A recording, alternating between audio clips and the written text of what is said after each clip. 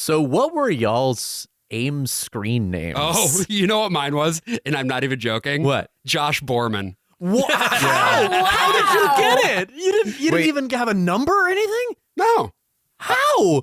What do you mean? How? Do you think there's a lot of There's not a lot of Josh Bormans out there. A lot of I Josh's suppose. Borman. I don't know. You'd imagine there'd be at least one other one. You are the worst of all of them. So true. So Yeah. true. Wait, Colette, what about you? I was Lil Alien 2. Oh, yeah. That's good. Was Little Alien 1 taken? I believe Lil Alien 1 was taken, so Okay. I just said, you know what? 2. I was Yeah. 10. Yeah. Yeah. I didn't have AOL, so Oh, really? no. Did you do any Did you have instant like messaging? MSN or?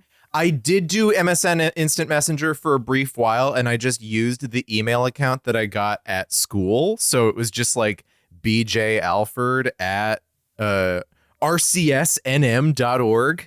And that was just Wow. it. And I didn't really use it all that much. I think what I liked about MSN Messenger was that you could just change your name whenever you wanted. That's and convenient. it was it super turns out I convenient. didn't want to, I guess. I guess. Yeah. AJ, I feel like you're very proud of your AOL Instant Messenger screen name, and this whole thing was a big setup for you to tell us what Yeah, it was. what was it? Yeah. And honestly, it is my Instagram handle to this day, which is the fuzzy masked man. Oh, yeah. It's been the same since I was a kid. I yeah. feel like the fact that you're telling me this immediately makes me able to picture you in like elementary or middle high school. Yeah. Were you one of those kids who was like, it's so random. Everything that's random is funny. It's Yes. random. Get it? The Yes, then. That was me. Then. So many possible worlds, but we got this one. So many possible worlds, but we got this one.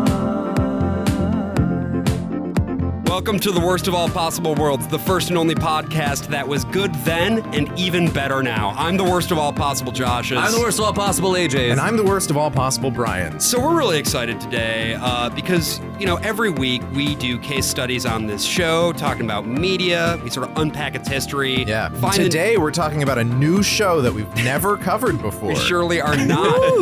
We're actually going to be covering even more of a sub-series that we do called Whit's Endless Summer, where we talk about this really lousy children's radio drama produced by Focus on the Family. It's called Adventures in Odyssey.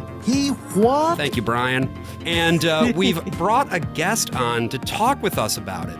She is a writer and reporter who focuses on the intersection of politics and culture. You may have previously read her work in The Baffler, The New Republic, or The Nation, and last week her debut book, Y.A.K, How the 2000s Became Everything, was released by Day Street Press. And she's also been a friend of mine for a long time. Welcome, Colette Shade.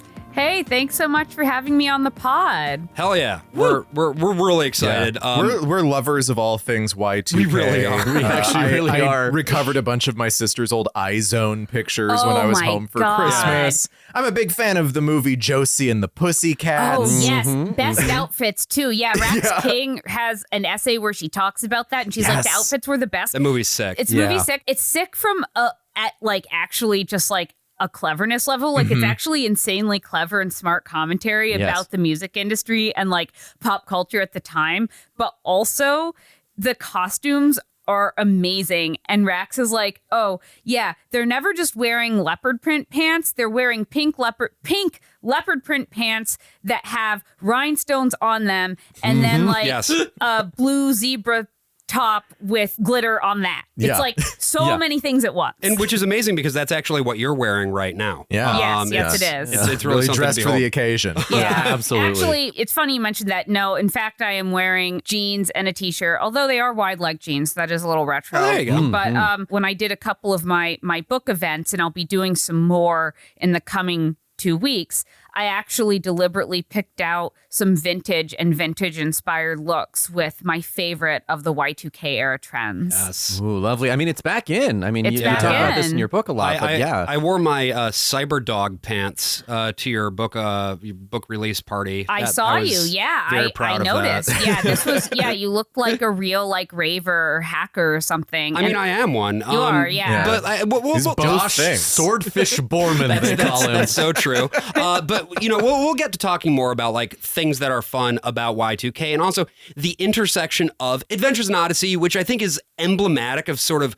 the evangelical Christian attitude around this time. Yes. Yeah. It's the sort of barometer of where the evangelical community on the whole is at, because they have to please every audience at the same time. But before we get there, I have a question for you, Colette, because I remember we were talking a few years ago at this point, like when I was telling you about the show, pretty soon, I think after we got it up and running, you told me that Adventures in Odyssey was something that you were familiar with before I told you about it. Somehow. Oh, yes. Yes. Oh, fuck yes. Yeah. So this is an interesting story. So I did not grow up in an evangelical family. I grew up in an inner ring suburb in Northern Virginia. Everyone's parents were lawyers, basically. Yeah, like super secular family. I went to a UU church for a little while, which is like, it's called a church, but there's no like That's a Bible. Unitarian Universalist, right? Yes, Okay. yes. They have a book, but it's sort of like almost like a Reader's Digest of world religions, where it's like, here's some stuff about peace from Buddhism.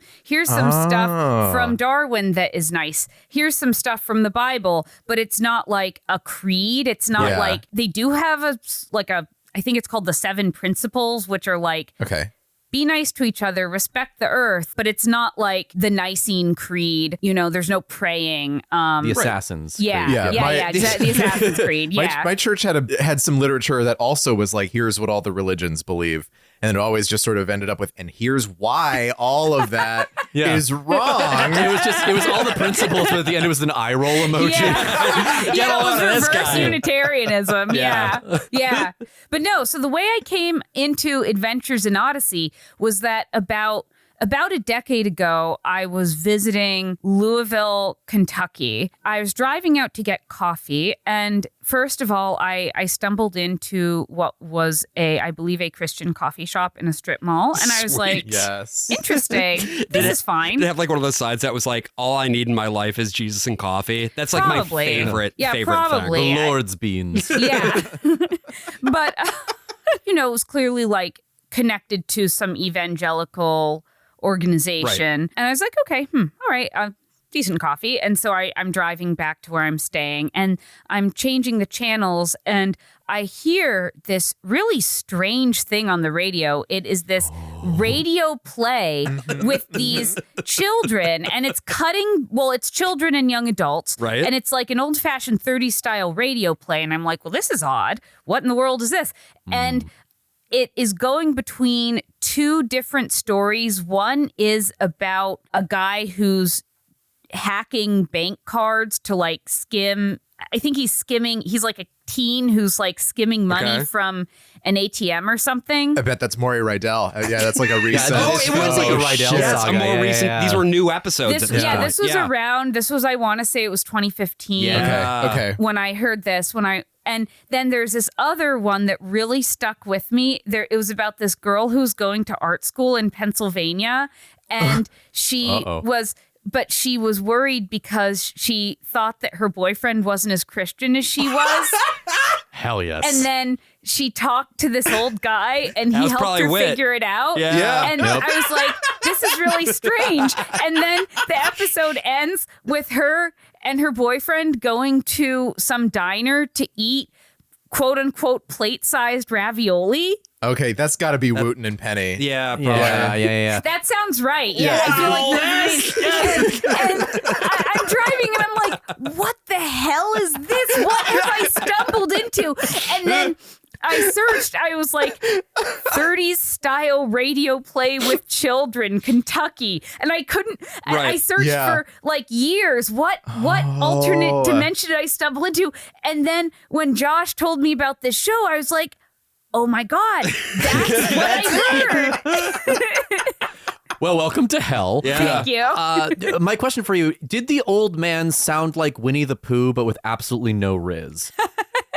I mean, yeah, he sounded very strange. Yeah, that was Andre Stoica. That was Stoica. Yeah, I did. Yeah, that was All probably of us with a our Rydell. like knowing inside jokes. Duh. Oh yeah, No, that's the Andre Stoica era. Okay, so You're listening to Good Wit, Jesus. by the way. This is good Okay. wit. Best wit. But I just want to pull it in and say here that if you're listening to our show for the first time, what we do is we as part of the show, because we started doing it and now we can't stop, is we talk about episodes of this show because Focus on the Family, the evangelical Christian organization that produces it, is also one of the big power brokers sort of in the world of right-wing politics. In fact, Felix Biederman has recently been doing a sub-series on Chapo Trap House about the rise of the sort of evangelical right. Odyssey got a brief mention, but of course he was talking a little bit more about just James Dobson's own role in all of this. And this show itself has been running from 1987 to the present. Which is astounding. Yeah. Evangelical Simpsons. Like, it really... It is like the backbone of like children's entertainment in evangelical circles. It's the one thing homeschoolers get to enjoy. So to be clear, did you guys who here in this room grew up with it? Josh and I you both grew up with it. Okay. Josh had younger siblings, but like I was the youngest in my family and I listened to the show until maybe I was 14. Like way too long. Yeah. And Brian, you're like a year, I think, younger than me too. Yeah, so you kept listening probably for 5 or so more years than I was listening. Okay, so your younger siblings were not as into Adventures in Odyssey. Not really, and it's also like it was a McGee and me crowd. I don't know why, but I think at some point we just kind of stopped listening to those tapes. Yeah. Probably because we were just fucking playing. Wait, you listened to it on tape? Yes. It came in clamshells. I held off on getting the CD versions of that show until it was absolutely impossible to get tapes anymore. I just assumed you all tuned into the radio. Well, we did that too, but I never knew when it was on the radio, so I'd catch it by accident every now and then. Right. But otherwise, we would go to the Christian bookstore, either Bread of Life in Gallup, or I can't remember the name of it right now, in Albuquerque, or wherever we were visiting, San Diego, Columbus, Ohio, whatever, and getting it was a clamshell case just like you'd get for a VHS, but instead it had 6 tapes or 12 episodes. And instead of Aladdin, you got shit. That's incredible. That's so of the time. Yeah. But the episodes that we're going to be talking about today are specifically ones that we selected because they are, as we were saying at the beginning, to do with Y2K, that sort of period in American history where millennium was approaching and we were and Kushner was like, So true. And it was like the Twilight Zone. It was like that, Brian. Yeah, Thanks. you were all on your own, but the vibes were incredible. But I am actually literally holding in my hand right now a copy of your book, Colette, Y2K, How the 2000s Became Everything.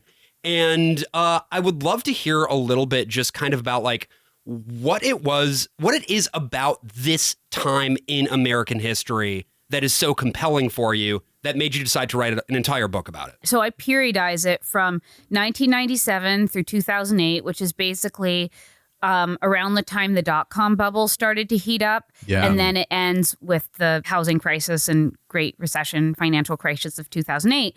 And what I argue is that between those 2 points, there was this feeling that history had resolved itself, that all of the great old conflicts that people are concerned about in, say, the 20th century and even before that, like capital versus labor, wars and conflicts over land and conflicts over racism and sexism and structural inequality, that these had all kind of been solved just in time for the new millennium. This had all been wrapped up and things were going great. Clinton was in the White House. We had a surplus. The stock market was going gangbusters.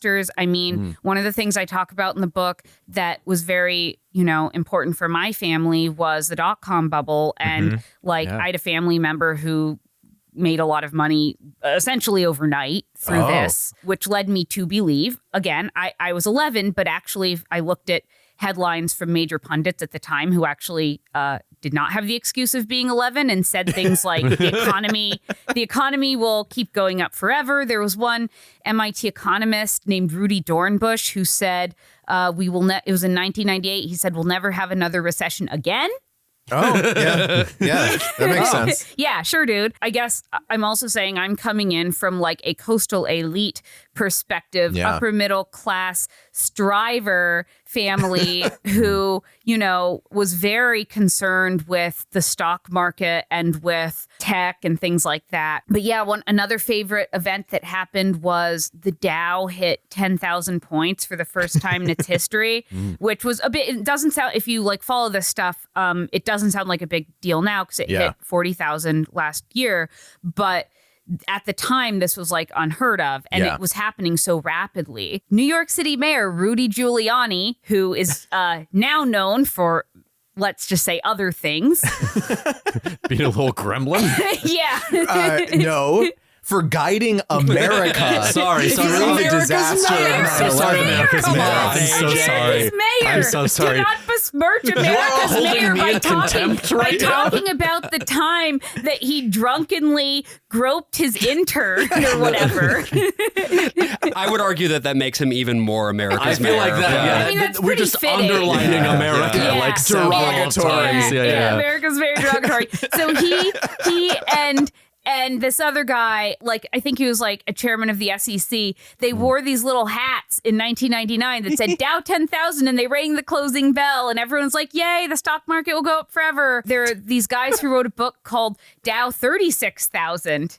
Dow 36. You knew where this was going. I knew where this was going. Wow. They were right. Because eventually. Like 15 years What I love later. too, I'm looking at the cover of Dow 36,000 right now because you name check it in the book as well. And what I love about this is that on the cover there's a blurb on the cover of the book that says rock solid investment advice. Long-term investors can place it on an altar next to the works of Benjamin Graham and Peter Lynch, as well as Warren Buffett's annual homilies to his Berkshire Hathaway investors. That is so long. That is such a long blurb for the cover. And this is a blurb by Knight A. Kiplinger, who is the guy who writes Kiplingers. Hell yes. Oh my God. It has a very strong 1 billion Americans No, vibe. it really, I actually pointed that out to someone else. It's very 1 billion Americans coded. When it hit 10,000, did Rudy get to put his initials into the machine? What? Wait, I'm confused. I think the stock market is a Donkey Kong, and it has reached the highest score. like his initials? Everyone sense they get to put their names. I like the idea that like Billy Mitchell and Steve Wiebe are off to the side trying to game the Dow. We'll get to 40,000. Yeah, so I think what I found interesting about the Y2K era was that it started off with this idea that the new millennium was going to be endless peace, endless growth, prosperity for all, no more of these old-fashioned conflicts. Who needs unions, right? Like, if we can all get rich in the stock market, who needs a union? They were very useful in the past, but we just don't need them anymore. No longer. They were. Employers are now really nice. They're really nice now. Yeah, they give you snacks and they let you wear T-shirts and, you get stock options. So who needs a union? Adam Johnson from Citations Needed, he has this whole episode about union busting myths that you would hear, especially like in the 90s and 2000s. And my favorite is that one. And he says, it's like, well, gee, they were really useful when everyone worked at the Sparks and Steam factory, but we don't need them anymore. But anyway, then, dot-com bubble bursts in March 2000, a month after Pets.com splashed out on a record-breaking budget for a Super Bowl ad. All on the back of our favorite guy, Michael Ian Black. Yeah, he keeps coming up, interestingly, in this era. But he really loved the 90s. He sure did. He loved the 90s. He loved the 90s. For a lot of reasons. Yeah, and the 70s. He loved all the decades. This guy. But yeah, anyway. Still up. Anyway, 9/11 happens, global war on terror happens, things get really bad, and then the entire economy, global economy melts down because of a bunch of deregulation and scams in America, and this completely reshapes politics and what I call like political subjectivity for basically our cohort, right? Because I'm coming in, I was born in 1988, which I think is, about the same for everyone here. Yeah. I'm coming into political consciousness around 1997 when my book starts. So I'm coming into political consciousness thinking that the 21st century means everyone getting rich and every problem being solved and there being endless peace and prosperity. Oh, and also the internet being like awesome and cool and helping promote human creativity and connection versus like spread misinformation, scams, and like racism. Yeah, like all of these new things that exist, whether we're talking about market derivatives or the internet or It was supposed these to be cool good, new not cars. bad. It was It's supposed all to be gonna good, be not really bad. good. Yeah. There was even going to be there were digital currencies that were being worked out. There's during the Flu's dot-com coin.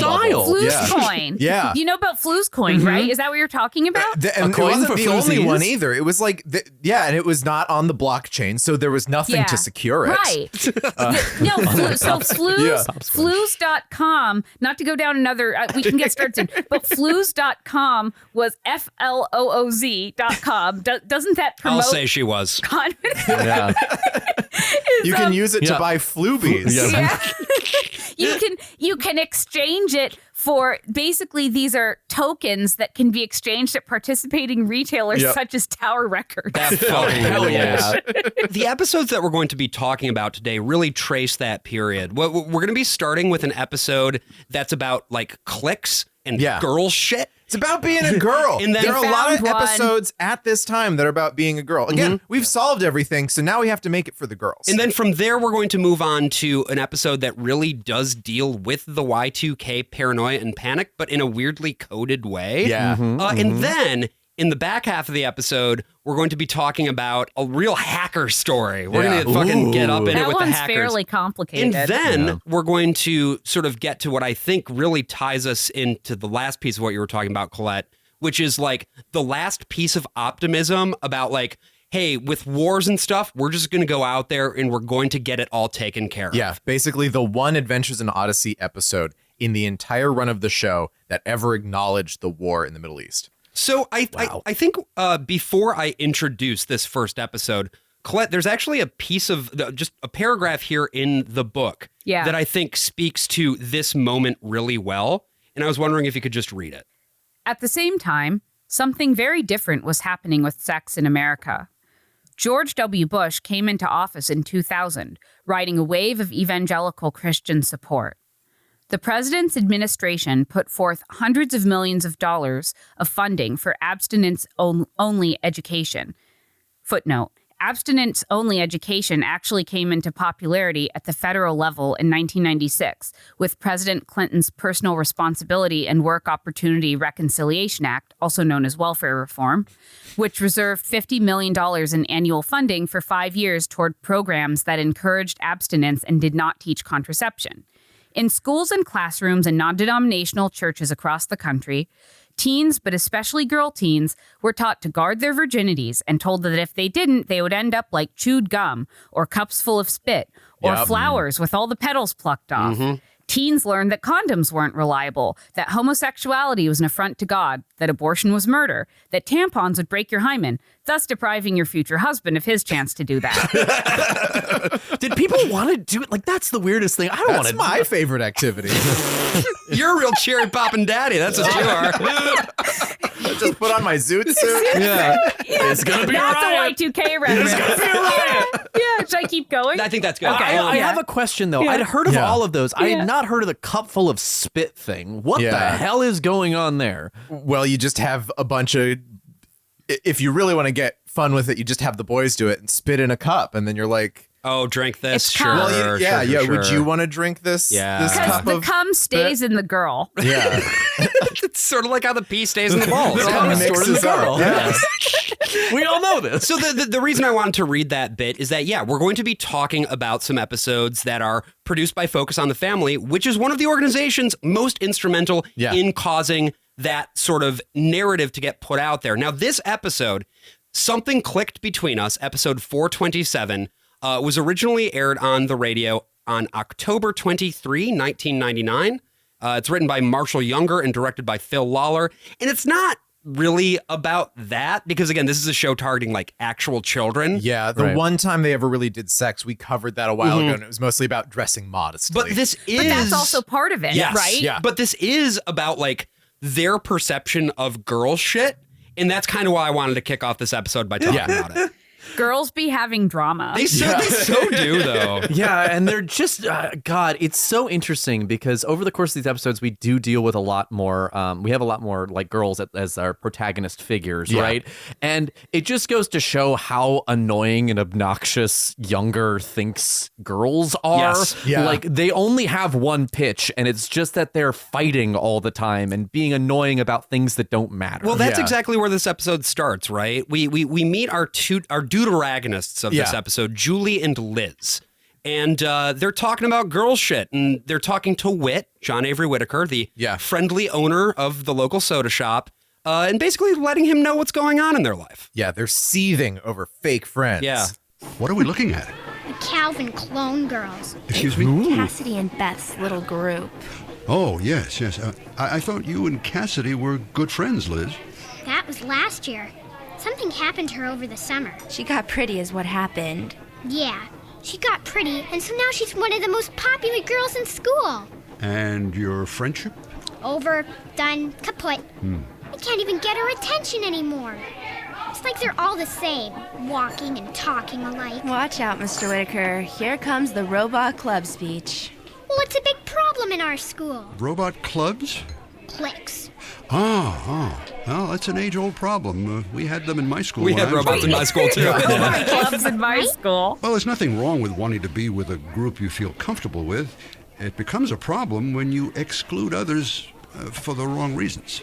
Okay, so first of all, why are all the kids coming to talk to him? Because he has the ice cream. Yeah, he's basically their dealer. He owns an ice cream store / kind of video arcade / Wonder Emporium, like / place where you can die, potentially. there's a TARDIS in there. There's a room of There's consequence where you're sent if you're bad. There's 3 tar dye in there. There's a tunnel down in the basement that was once used to help fugitive slaves escape during the Civil War period. Yeah. But then it had a rare precursor that could cause a global pandemic that Whit was trying to utilize in Indochina, and then it got blown up by a Dutch guy. So now it doesn't exist anymore. This is all canon. I'm not missing any of this. This is all very true. Incredible. Yeah. Wait, so actually something just occurred to me. So while I was listening to these, so I grew up with Arthur because this is the this is the coastal elite Northern Virginia version of Adventures in Odyssey, right? We had Arthur in Michigan, too. Come on. No, I wasn't sure if you were allowed to watch PBS. I've met kids who grew up whose parents forbid them from watching the godless PBS. Josh and I didn't live in that cloistered of an environment, although Josh didn't have a TV for a while when he was a little kid. Yeah, we just didn't really have a TV. We just did the computer instead. We had a computer that you could plug a VCR into, so we watched movies on the computer, but we didn't have like an antenna or cable or anything like that. Yeah. So,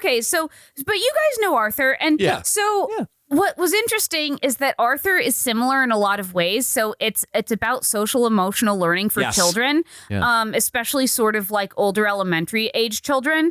And it has all this lore. It's about a tight-knit town. And actually also an ice cream shop figures prominently. They all hang out at the Sugar Bowl. Oh, that's right. But what's different about Arthur is that they do go to adults for help, but they all seem to go to different adults. Yes. What's weird about Whit is that everyone goes to just this one guy. He's the only adult that they go to. He's the master of whispers. Yeah, instead of being like Mr. Ratburn, he's more like Feeney.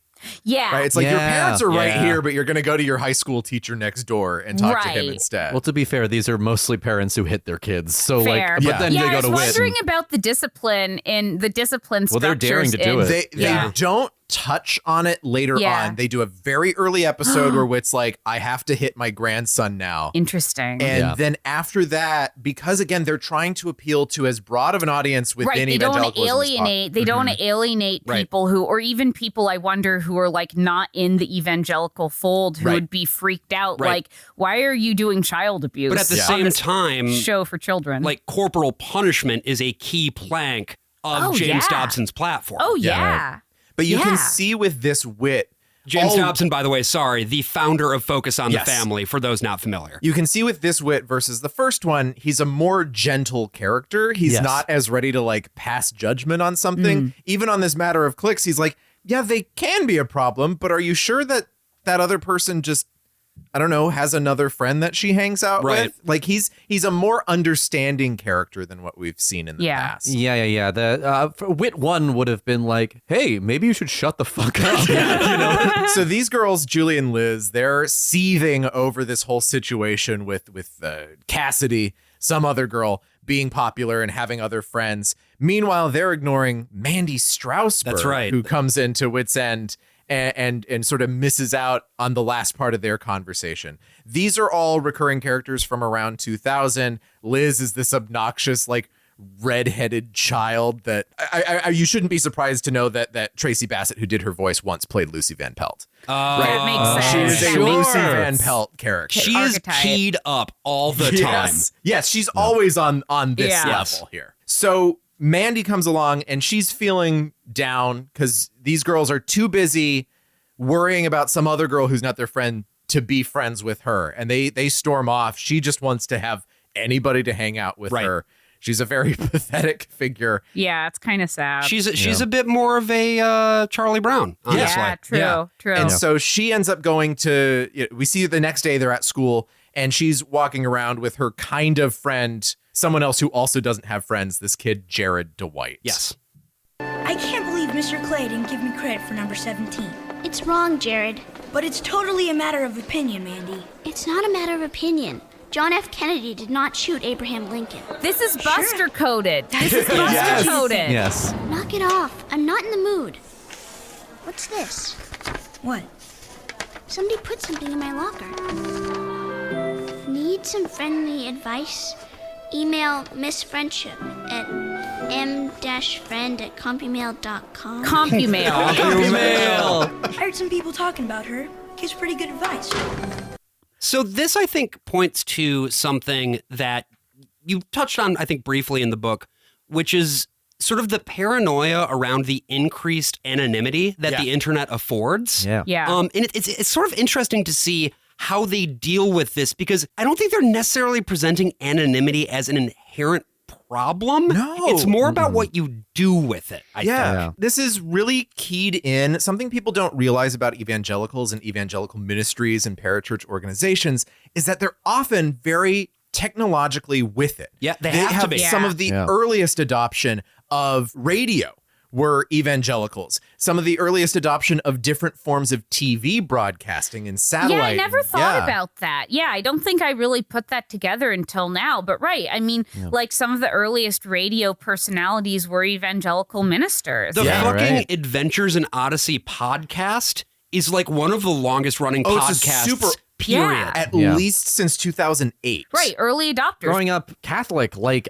the evangelical churches were the cool churches because they incorporated technology. Yes. They had giant screens on the side. They had rock music. My Whereas, church you know, adopted mini discs very early on, and I Incredible. think still uses them. Colette, did you ever go to an evangelical church service? Yes, once, because there was a girl in high school that I was like not close with, but like, you know, friendly with. And she's like, oh, you should, you know, she's an evangelical. And she's like, oh, you should come to my like mega church's Friday teen hang. Yeah, hell yeah. And it was like basically a Christian rock concert. And I like went to a lot of non-Christian rock concerts at the time.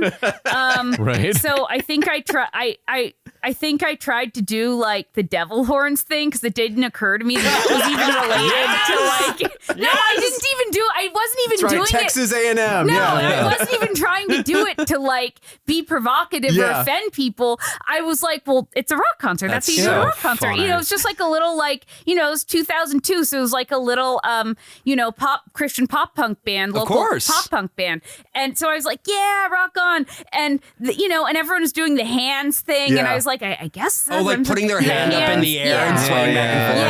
Yeah. And it's like, that's Channeling, weird. yeah. And then I remember being like, yeah, it was a real culture shock. Yeah. And then I remember to this girl, I was like, oh, that guy's really cute. And she's like, oh, yeah, whatever. Because, like, obviously I'm not supposed to be, like, interested in cute guys. And Yeah, how you no, approach no, people. absolutely of not. course not.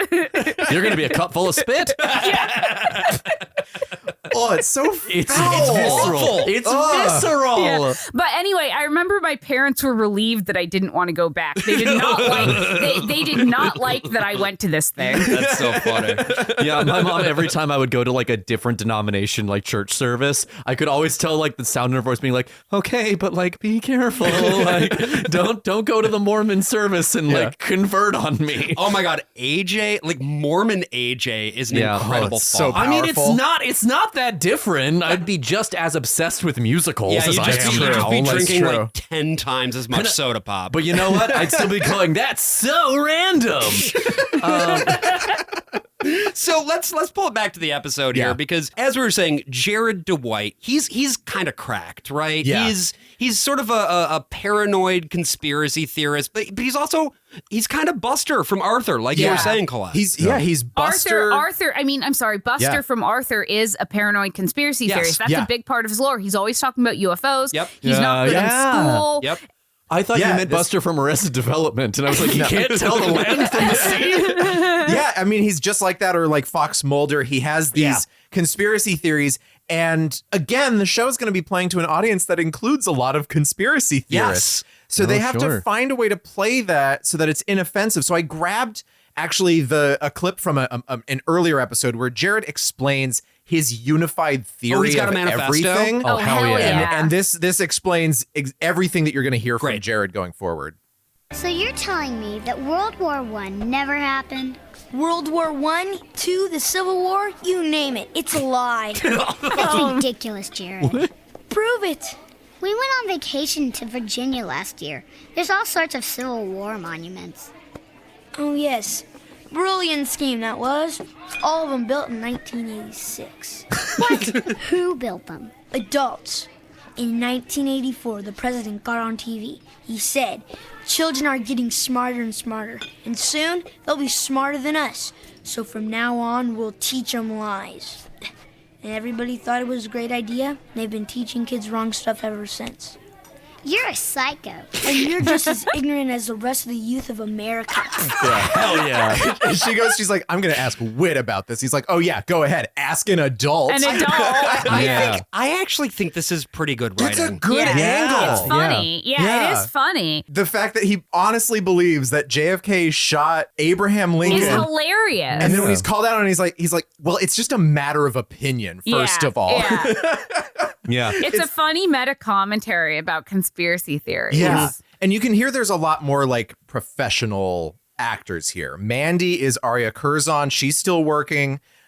She was Ducky from The Land Before Time, starting from Land Before Time 5. Did you recognize, now that you hear it, Yeah, can you hear I can hear it. Yeah, And, I was like, that does sound familiar. The last time she played Ducky was like 2016 in The Land Before Time 14. Wow, I didn't realize there were that many. Well, they're about to catch up to time. It's just going to be Land now. Yeah.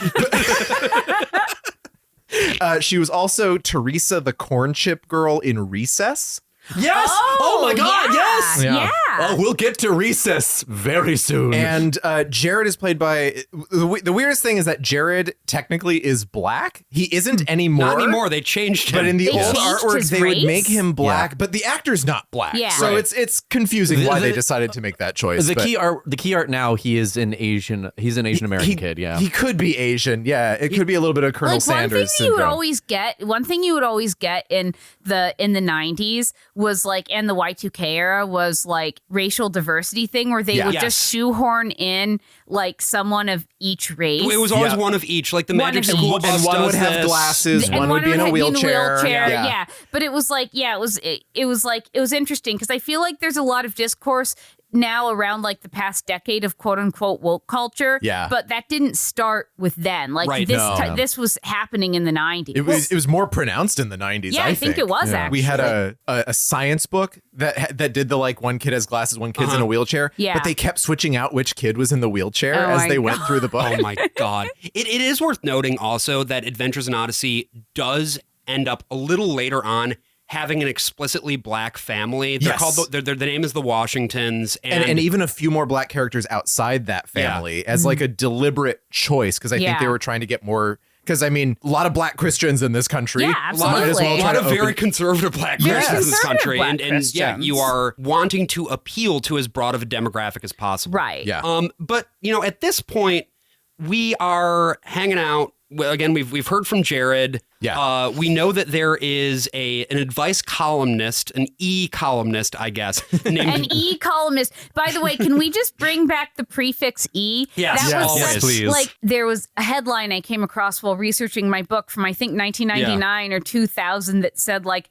addiction to e-porn on the rise. E-porn. E-porn. I keep getting these Instagram ads that say, "Are e-girls ruining your life?" And the answer is yes, they are. But we are e-casters, just so everyone knows. We are e-casters. So we now learn that Julie and Liz, they're continuing to have these sort of like socially fraught situations in their life. They find some notes in the garbage that they think are targeting them. Yeah, the Calvin Clone girls were passing notes in class. They toss the notes and Time they're out. like, Can we just talk about why they're called the Calvin Clone Girls? Yes. Yeah. So it is interesting because like this is like for people who don't realize this is a play on Calvin Klein, which whoa, What? that kid who met me in the 1950s and set me up with my husband? He wrote his name in his underwear.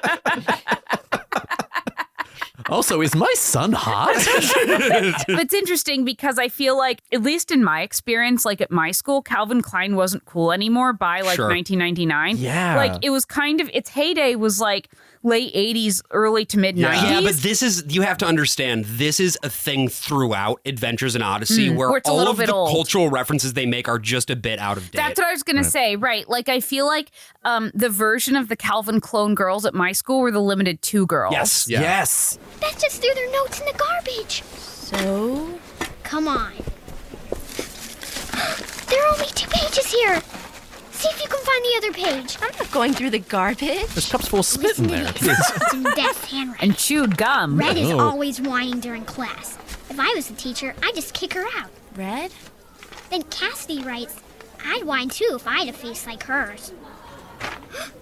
I can't believe this. What? Are you blind? I have red hair. I'm red. Oh, come on. There's lots of people in school with red hair. Let me see that. Come to think of it, you do whine a lot.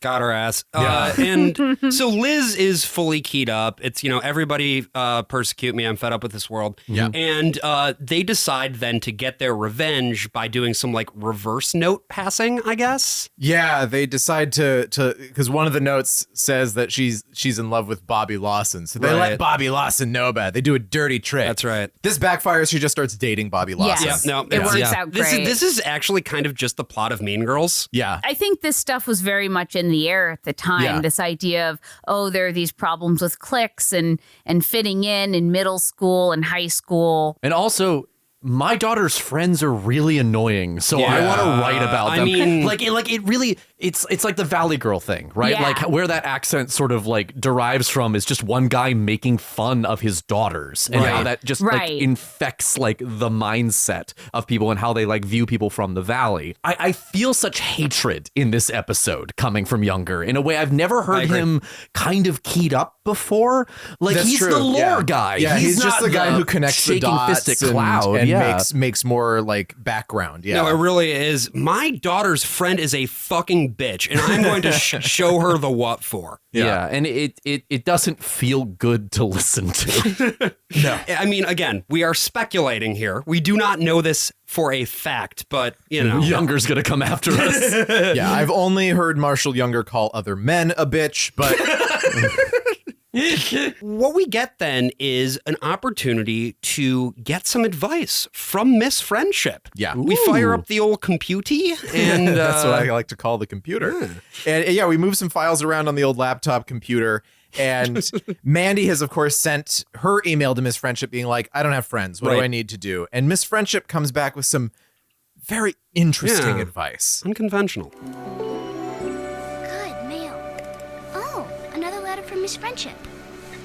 Dear Friendless, I just received your latest email, and I still don't understand why you're so interested in being friends with these girls. Have you ever thought that maybe they're ignoring you on purpose? That they're trying to get you to beg them to be your friend, then when they do ask you to be their friend, you'll be so grateful you'll do anything they want. Then they'll take advantage of you. Oh. This is the way these people work. They may look like average American 6th graders, but don't be fooled. Oh. They may not be 6th graders, Oh. or American, or even human. Oh. If I were you, next time I'm with them, I'd check for removable face plates. Oh, no. Hello? Jared? Hey, Mandy. Are you Miss Friendship? Are you? I gotta go. You can tell a decided increase in quality because of Yeah. the fact that they've hired these professionals Oh, yeah. to play the kids. Also, like, this side of the story I find pretty charming, Yeah, actually. funny. It's great that Jared is not just a conspiracy theorist for attention. He legitimately he really believes comes by it. it honestly. Yeah. And he can never hide his power level, even when he's like pretending to be another girl Right. offering friendship advice. She's like, but also they're reptilians. Yeah. So Mandy confronts Jared in his home. She presumably just walks straight out of her Right. house and heads over to his. You're gonna pay for this. Wait, I didn't mean... What I told you was very personal. I didn't even know it was you, I promise. How many people have you told? None. This was totally my secret. Why did you do it? I thought it would be fun. I didn't know anybody would take it seriously. Who is taking it seriously? How many people are writing to you? About 30. 30? You've got 30 people thinking you're their wise, caring friend. People want to talk to somebody. I'm here. If people knew it was you... Mandy, you can't tell anybody. Why not? Because these people need me. Look at these letters. And he says, look at these letters, and you hear a sound because he has printed all of them Yes. out. Yes, that's so a good little bit. amazing. I think at this point, of course, we got to take the situation to Whit. You know we got to take the situation Yeah. Yeah, to Whit. what else are we going to do? He's the only adult in town. So Whit lets Jared know what's up. What difference does it make that it's me? Well, Jared, you have to admit you're not exactly an authority on most of the subjects people are writing to you about. How do you know? Well, you're telling people how to get along with others. Yet you have trouble getting along with others. You're You a have no fucking friends. loser. Loser, don't fuck practice what you you. preach. If you really want people to take you seriously, you need to fix your own problems before you try to fix theirs. So I think it's really interesting. Where I was expecting this to go was that's girl shit and you're a boy. Yeah, I actually was expecting that as well. But and that's I was not what he surprised. says. That's not what he said. No. So that was actually a pleasant surprise. I was a little bit worried it was going to go in that realm because what I understand about this culture and world is that so much of it was about like girls and boys are separate and Yes. different and they can't ever possibly understand each other. Yeah. Yeah. Boys have no idea what makes girls friends with each other. Boys can't be friends with girls. But like, no, here, Jared, even at the end, is like kind of made into their friend again. Right. You know, it they was hang kind of out. a positive turn I wasn't Yeah. expecting. Yeah, and I mean, Whit 1 would have had immediately been like, "This is not your concern. Yeah. You're a boy staying in your lane." I think that's true. And yeah. Hurley Right, like just he isn't did that. that to Connie once. And to answer your question about how he knows everything about Jared, to give you some context here, he has programmed the sentience of pretty much every single member of the town of Odyssey into a computer in the back of his store so he can do Wait, is this elaborate real? yes. So he can do elaborate sort of AI Wait, recreations. Whit is like a techno feudal overlord god. Yes. What? He's not only like somebody who does gain of function research on deadly diseases, he is also like An the world's encyclopedia salesman. greatest computer programmer. Yes. Wow. Yes. I will say, okay, so AJ's piece here, you were exaggerating, I think, a little bit, although it depends on how you interpret the lore. There's a room called the Imagination Station, okay? Yeah. And the Imagination Station... I heard about the Imagination Station, I think, in the episode, or one of the episodes, and I was like, what the hell is that? The Imagination It's a Station TARDIS. is an immersive simulator. It's the TARDIS or the you holodeck or live whatever. out a story from either the Bible or American history, which is the same thing. Yeah, and amazing. then there's also the Room of Consequences. Yes. Oh yes. my Where you live God. out an episode of The Twilight Zone. Right. But it doesn't overlap with their radio series, The Twilife Zone, which is a show within the show. It's a pro-life Twilight Zone. It actually is. Is it? Yes. Oh Actually. my! Wait, do they talk about abortion? I need to know. There like, is an if- episode that we have covered, talked about actually. the episode. Pamela has a problem, which they aired once and never again. And it was gone. Jared's got more mail. and he keeps replying to these, even though his parents caught wind of it and was like, you need to tell everybody what you're doing. His parents are going to make him come out and tell everybody that he's Miss Friendship. So Whit spec logs, Jared. He's like, you're looking at the speck in someone else's eye when you've got a log in your own. Right. Classic Bible stuff. Good Jesus. That's some good Jesus right there. But it is good Jesus. But the thing is, I feel like one of the things that bothered me about this show is that they're taking like good Jesus stuff and then they're applying it to stuff where I just don't think it's that applicable. Well, that's exactly the thing. You mean like Whit inserting himself in the lives of middle schoolers? And that's the thing is like Jared's B plot is not that severe. He's not passing judgment on people. He's helping out people who ask for it. He's just kind of misrepresenting himself. But all of that is supposed to just feed into what the larger plot is here, which is that Liz is a bitch. And Liz is conspiring about what she's going to do with the Calvin clone girls. That's right. With what's her name? Julie, the other girl. Yep. The deadpan girl. And Mandy Strasberg, once again, is sitting next to them being ignored. Yep. So she decides to get kind of passive aggressive about it. What should we do, Liz? Stick around. She's got to show up sometime. So, anyway, Mr. Whittaker, as I was saying, these girls won't give me the time of day. Mandy? Yes? You're being really loud. I guess I'm not good enough to be in their little clique. I guess I'm not pretty enough, or smart enough. Or maybe I'm just fine the way I am, and they're stuck up. And so they're like, oh my God. Once Mandy leaves, they're like, oh my God. She's talking about the Calvin clone girls too. How dare they? How dare they exclude our dear sweet Mandy? And then Cassidy comes in and they go in on her. Julie, Mandy, and I represent an entire school that's sick of you and your kind. Right, and we're here to tell you that we don't need you. What are you talking about? You don't even know, do you? You're so blind to the pain you cause. Pain? Oh, yes. You make other people feel rejected and hurt and insecure. You and your insensitive little clique. I don't have a clique. Oh, please. If your nose were stuck up in the air any higher, you'd drown when it rained. What? I really, You're that so line is so confusing to me. I had to think that one out.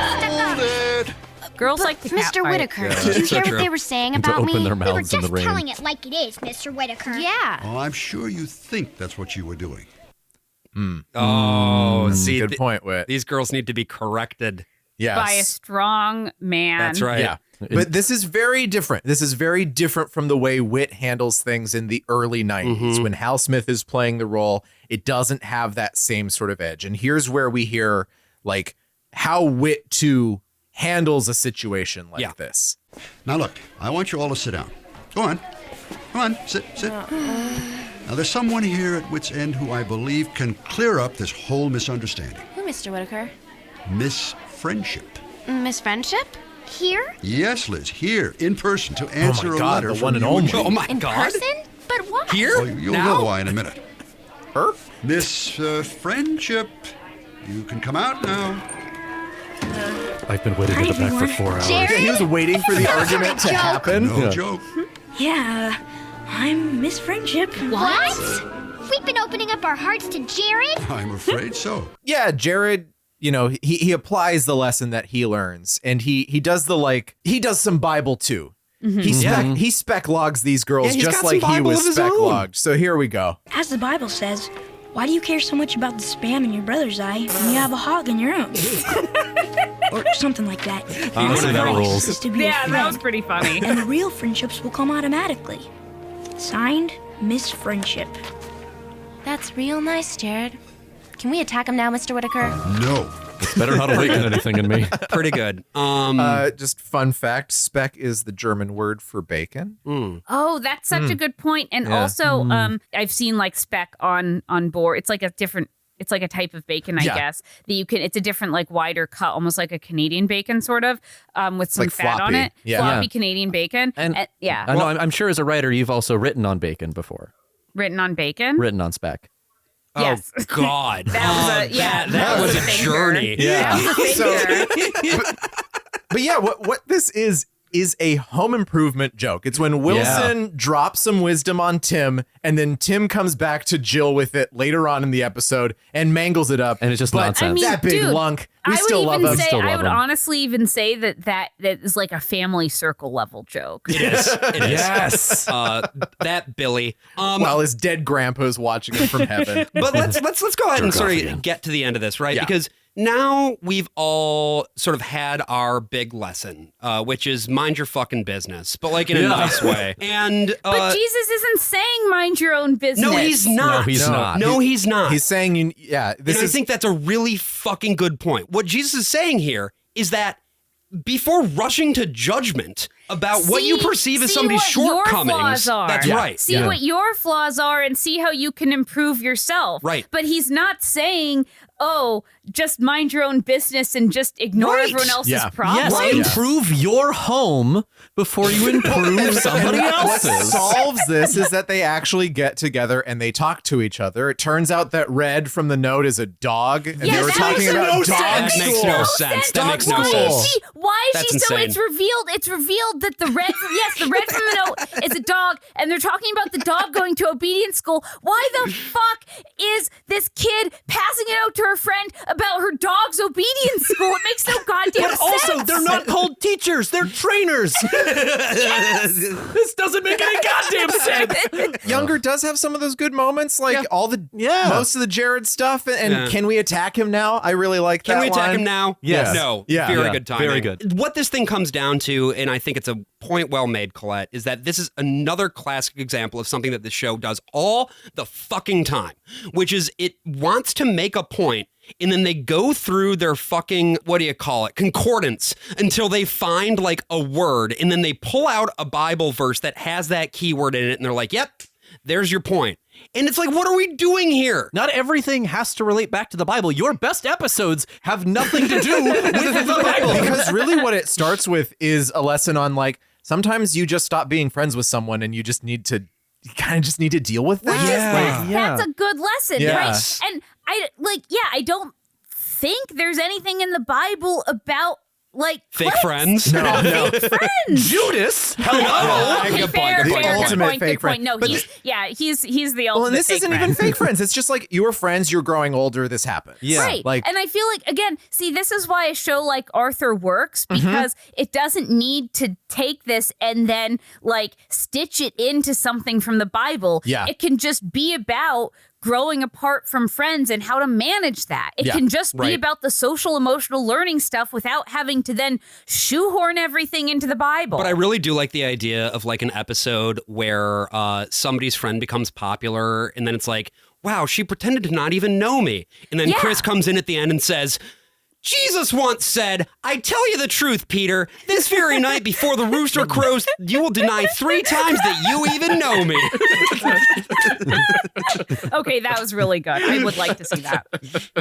But that's that's the episode. that's the I mean, episode. for the most Something part, clicked between us. yeah, this is just how girls were This back is how then. this is how girls were. And is it Now it's different. Now it's TikTok, different now. Car phones. That's right. All the things that girls are into now, it's just totally different. But like I said, we're going to move on here to an episode that really deals with Y2K paranoia now. And sort of, I think the function of this episode, the idea of this episode, is to set up a potential conversation between a good Christian family and their children about the prevailing panic over Y2K. This is episode 429, The Y.A.K. Problem, written by Marshall Younger, directed by Phil Lawler, and airing first on the radio. Now I just figured out that the white was, as soon as you said it, I was like, oh, I get it. Yeah.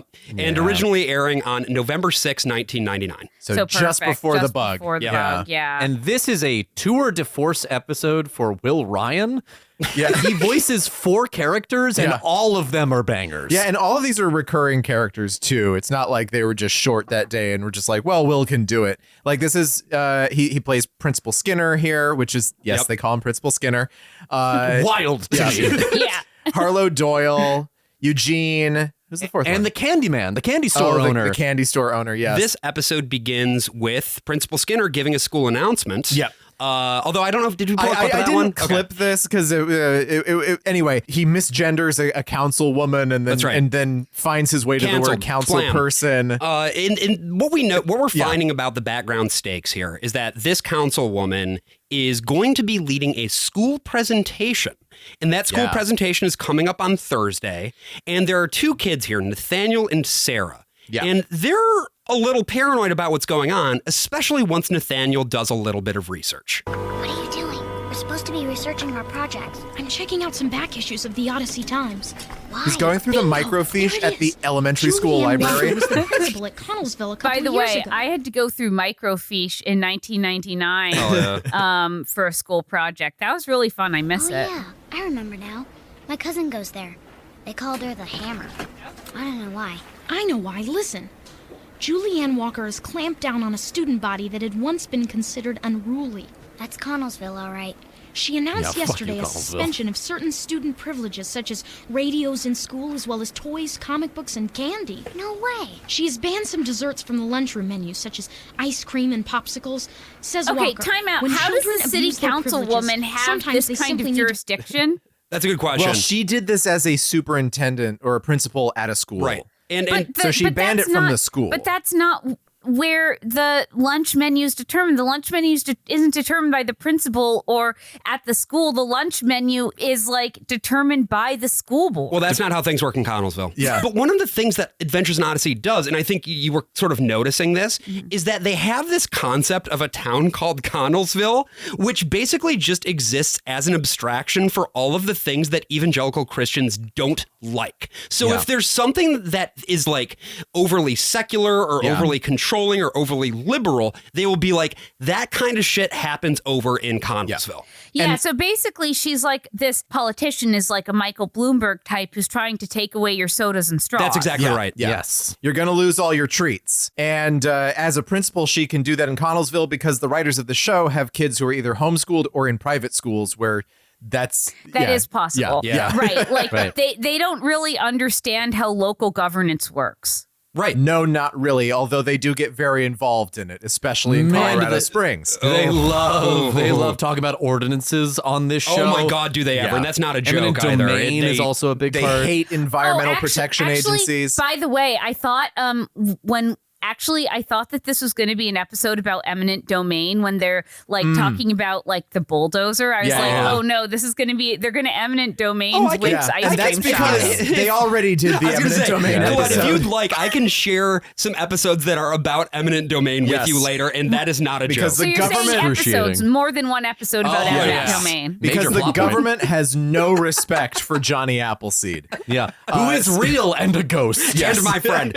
Anyway, this is a little bit though that this is like this piece of paranoia, I think, is really relevant in the context of like what you talk about in the book, where there's sort of this tension between evangelical Christians and what they perceive as the evil ways of the wider world. Yeah. And this episode in particular is like the worst episode of Recess you've ever seen, right? It is the kids misunderstand a big thing that's going to happen. And there are episodes of Recess where kids misunderstand what's going to happen. And there's this paranoia that grows on the playground and then it explodes. But in Recess, it's good. And in this, it's fucking dog shit. Yeah. So the two kids in this, Nathaniel and Sarah, more new characters, because again, we're in an era that we haven't really I covered thought before. Nathaniel was the same guy from the previous episode who believed in the conspiracy theories. No, Sure, new but guy now. That's, New guy dropped. that's the thing is that he even says this because Jared is absent. Jared always talked about the adult revolution before he moved away. I never believed him, but he was right. And now it's here. Yeah. So it almost feels like they wanted to write this for Jared, I think- but Jared Yeah, it's a voice no, changed. replacement that's what they Jared. It's did. a They- replacement Jared. Well, they Okay. wanted to write for Jared, but Jared was played by Brandon Gilberstadt, who got a role on the Nickelodeon TV show 100 Deeds for Eddie McDowd. Good for and he's him. no longer available Okay. to make Adventures in Odyssey for a couple years. So instead, they got Blake Ewing, who was on The Little Rascals and Full House, Okay. who is, he's a composer now. He also played Eugene on Hey Arnold. He was, I think, the third. Really? Oh, Eugene. yeah. Huh. They went and through a lot of Eugene. The original Eugene was Christopher Castile, who was also on Adventures in Odyssey Unbelievable. earlier on. So Nathaniel is this little beautiful homosexual child. Played by out gay actor Blake Ewing. Oh, he and is actually songwriter. gay. Yes. Okay, that's fantastic. He just did The Boy from Oz in Syracuse last year. How about that? And Sarah, I always got confused with Liz. I always thought that those were the same kid growing up. But Sarah's played by Scarlett Palmers, who was the youngest daughter on Reba.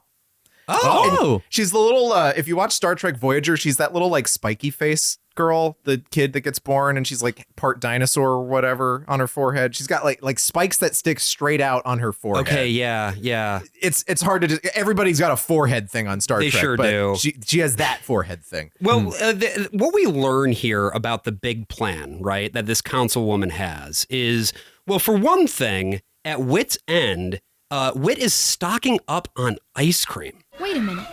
Ice cream? What? Wasn't that one of the things that Julianne Walker took away? Right. Ice cream, candy, radios, comic books. I think I know why Mr. Whittaker is stocking up. Julianne Walker is going to take away our ice cream. What? Think about it. She did it as principal. Now she's in city council. She could make it a law. A law against ice cream? It won't stop there. She took away all the fun stuff in Connellsville. She'll probably ban comic books, video games, maybe even TV. Don't you think we would have heard something about this? Adults wouldn't tell us because they wouldn't want us to panic. Why do you think Eugene and Mr. Whittaker tried to keep us out of the kitchen? That was kind of weird. I'm telling you, this is going down, and it's starting next Thursday at the assembly. We have to get the word out. Like, obviously, it's setting up like a fun little story about childhood paranoia, but I feel like it's doing something else. Yeah. Well, I feel like if you're listening to this in November 1999 when it airs, you're thinking about the Y2K panic. And it's interesting. My book's called Y2K, and it doesn't deal at all with the Y2K bug at all. Like, it's called Y2K because that's the term that's used by people now to talk about the late 90s and the early 2000s. Mm-hmm. And so I just did that basically for SEO. Sure, yeah. And because I also just think it's a useful term because it's saying, like, this was a specific era despite part of it occurring in the 90s and part of it occurring in the 2000s. Yeah, right. So my understanding is that a great deal of the anxiety about Y2K, the actual Y2K computer panic creating an apocalypse, my understanding is that there was a great deal of that in evangelical communities. Yes. And in fact, if people want to watch one of my favorite documentaries ever made, Time Bomb Y2K, which I watch every year at New Year's now, it's a great time capsule of what the Y2K bug was, how it was being responded to. The whole thing is made out of archival footage. B-roll, that's really cool. newsreel, like graphics, everything I need is to see this from now. the era. I love that. Yeah, It's on HBO like Max. Is it like love Atomic Cafe in like the way that it's composed? I have no idea. Oh, what that's that all is. archival footage, but it's like it's done with like music and bombast, so it's like it's more like an artistic collage than it is. No, a it's simply just documentary. footage. It's straightforward. It's like an Adam Curtis documentary without the narration. without any narration at all. And one of the avenues that it goes down is the right-wing militia side of things, and people who are making their own, like, you know, you buy your preparedness videotapes that you mail in, you know, $5 and you get the tape. It's probably more like $30, but that was a big right wing and that's an evangelical thing. I think this is a good opportunity to kind of draw the distinction here between different types of evangelicals, because the focus on the family approach, I think, was a little different. It was not full tilt paranoia. In fact, I went on the Internet Archive and pulled up some old web pages from the Focus on the Family website. Yeah. Yep. And they have an article here that is the Y2K monthly update for October of 1999. Whoa. Oh my God. And unfortunately, what I couldn't find, it wasn't archived, was what it mentions here. For material that addresses matters of Christian perspective and personal preparation, we encourage you to see the following website, family.org/Y2K, or call 1-800-A-FAMILY to order Y2K, a short guide for pastors, churches, and individuals. Wow. Sadly, I was unable to find a copy of that. But yeah, that would have been amazing. This article is really just stuff from the news. Yeah.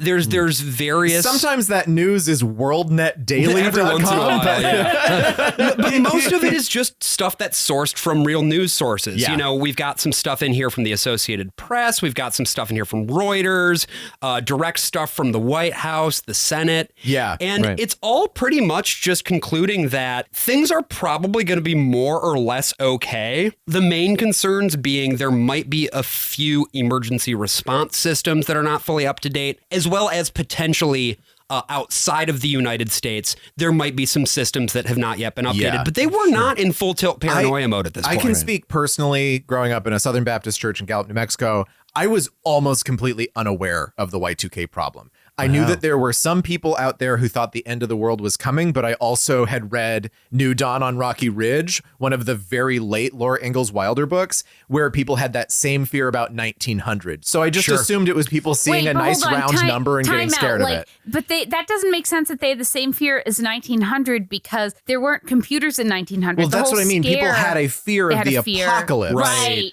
Yes, but that is not true. a reasonable fear that the clock ticking over to zero would cause some major infrastructural problems. But that was so that's what I associate. I just thought it was like some people think that round numbers are mean scary. Jesus is coming back. Yeah. Whereas like I had no idea that there was a legitimate problem that was being addressed with lots and lots of money behind it. And this also ties into the actual like apocalyptic idea of the millennium, Christ's 1,000-year reign or whatever. Yeah, he's coming back this millennium. In pog form. So there were just so many different pieces that were kind of getting conflated together. And I think that the episode kind of tries to do this a little bit when we hear Nathaniel inferring what this program means. You know what? I just thought of something.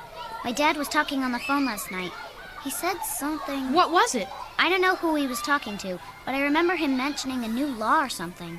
He kept calling it the Y.A.K. program. Y.A.K.? Oh man, the Year of Anti-Kids program. What? What did he say about it? He said it would be good for the middle school. Good for us? Oh no. Do you hear that? Adults say this will be good for us. Isn't that exactly what they say about broccoli? You know what? Yeah, that I love how all those old 90s cartoons had to make digs at broccoli. What was people's problem with broccoli? I don't know. Give me those Lay's Wow chips. Well, I mean, remember, it's like it's the same thing. Like in every 90s sitcom, it's like, oh, you had sushi. That's so weird, man. Right. Well, it's so funny because like then it ends up being really bad for like child development. Like there was an episode of Arthur where DW hated spinach. And I was like, are kids supposed to hate spinach? Right. You know, kids start to have a reaction because it's like, well, it's normal. Most of the kids in my social circle are on TV and they all hate green vegetables. So I have to too. No, this is literally, like I grew up in a big vegetable eating family and I did not understand. And I think until I saw it on TV that I was supposed to hate certain vegetables. Right. Yeah. I had a lot of trouble with this episode sort of figuring out what Y.A.K. had to do with Y2K for a lot of it. Like I didn't understand the parallel other than outside of paranoia. And then I kind of figured it out, which is that it's basically them being like, hey, trust those in power over you. Yes. That's right. Because the government are the adults. Yes. Yeah. Right? And if they're not freaking out, you shouldn't freak out either. Another little thing, because we mentioned Will Ryan, is that we've got Harlow Doyle on the case also. Nathaniel, thank goodness I found you. I heard about your problem, and I am here to tell you right now that I will die before I let this town be overrun by yaks. No, Mr. Doyle. I don't die as a result of being overrun by yaks. Mr. Doyle, it's not a yak problem. It's the Y.A.K. problem. Oh, yes, I understand, of course. Don't want to throw the children into an anecpay, but I must tell you that I am now a Y.A.K. expert. What? Because of this. The Big Book of Yaks? And that is precisely what it is. No, you don't understand. And due to my newfound knowledge, I have come up with a solution to getting rid of all the yaks. You want to hear it? Mr. Doyle, it's a new My law. plan is to gather up all the yaks we can find and calmly explain to them in plain English that they're supposed to be in Central Asia. So we have like 2 whole montages of kids binging on video games. That was funny. And That's comic. candy. Not for AJ, Like the apparently. candy store owner is completely overrun. You have kids tying themselves to monkey bars and chanting against this whole Y.A.K. program. This one kid went on a strike. Yeah. And I feel like this also had like a little anti-labor thing in there because they're making him look silly that he went on a strike. Yeah, that's doing a spin making up strike. for their accidental pro-union episode a few right. years earlier. Yeah. So this kid, he's spinning on the merry-go-round until he just starts hallucinating. Right. Don't take political action. Don't do kids. it. Don't do no, it. That's what this You're whole gonna get episode is dizzy. about. Yeah, you're going to get dizzy and you're just going to be upset. And there's also no point because everything's is fine. So definitely do not participate politically. Well, and that's the lesson here, right? Mandy is the, like in Edie Adams in It's a Mad, Mad, Mad, Mad World. She's not caught up in the madness finding the big W. She's reacting from a distance, but still kind of getting affected by it. So she talks to Whit about her own anxiety. Wow, there sure are a lot of people who believe this whole Y.A.K. thing. Seem to be, yes. You don't believe it, do you? All I can tell you, Mandy, is there's no reason to panic. I believe you. I really do. But last night, I found myself hiding my doll collection. Oh, why? It would just mean that an awful lot of people would have to be wrong. Well, there are times when large groups of people are wrong. You know, a lie believed by 1 million people is still a lie. I know. But I'll still probably keep my dolls hidden tonight. Oh, there's nothing wrong with that. Being prepared in case of an emergency is smart. But when we panic about things that are rumors, and even more if we panic about things that are beyond our control, then we're beginning to take our lives out of God's hands. I think I just thought this because I'm very worried about the wildfires, and I was actually supposed to. So I was actually supposed to fly out to LA in a week, which not happening, right? Obviously. And I know people out there. I know people whose homes have burned down. So I'm hearing this, and just sort of climate change stuff has been heavy on my mind this week, and I'm hearing this, and I was wondering, actually, before you pointed out, Josh, that this was about Y2K, I thought that this was about climate change, because I thought that what this was about, oh, well, you know, climate change is a lie and a lot of people believe it, but that doesn't mean you have to believe it. And I guess you can prepare for a disaster, but ultimately it's in God's hand. It's not like, I don't know, maybe God wants you to like, take care of creation and make sure that we don't destroy this wonderful gift we've been given. I mean, it's similar. You could see that messaging from like Paul McCusker when the pandemic started up, and he's like, "Well, I'm not gonna be led by fear." And it's like, led by fear, so I'm just gonna not get a vaccine or wear a mask. I'm just gonna let myself die because I guess that's if God wants me to die. Yeah. What gets so absurd about this is like Whit tries to be very clear. Oh yes, prepare. Yeah, go ahead and hide your dolls, but don't get nervous. Don't it's panic. like, well, what's the line there? Yeah. What is the absolute correct thing that I can do in response to a real crisis like Y2K or COVID or climate change? And AJ, I'm particularly curious how this hit you, just because like you don't have the brain worms that Brian and I come by, honestly. So like, how did this hit you? I mean, it's like it's basically somebody being like, "Hey, don't be anxious." Yeah.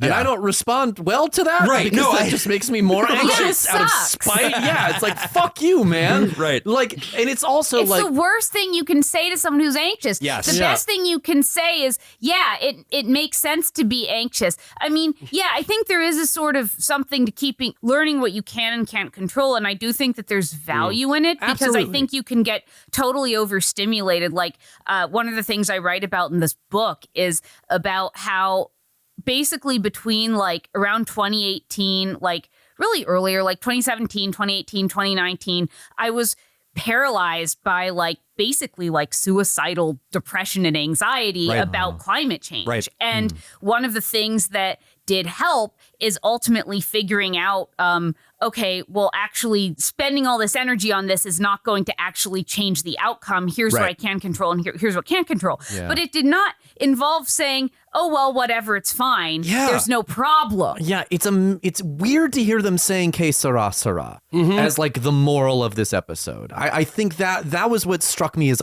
odd about this, because it is whatever will be, certainly, but it's that everything will turn out well because God will guide it well because you are a Christian. Yeah. Right. So it turns out the reason the adults were all being cagey, which they also could have just like stopped being cagey about this. Yeah, they could have. They could have talked to the kids. What if they just like communicated and then this whole issue could have been avoided? But you can't have that because children are property of parents. So the year of advancement of knowledge or whatever is the fucking thing that's coming. They're going to be renovating the school. That's why they're bulldozers. They're not tearing down the playground. And the ice cream was all being hoarded because it was going to be announced with a big release of a gigantic banana split. Like a 20-foot long banana split or something. And that's it. Terrible, because by the time everyone lines up, it's all going to be melted. Yeah. Skinner! It's a lot of ice cream. And everybody's like, well, that's it. Bye. And Chris lets us know that we shouldn't be afraid of bad news because Jesus. Yep. And that's it. Yep.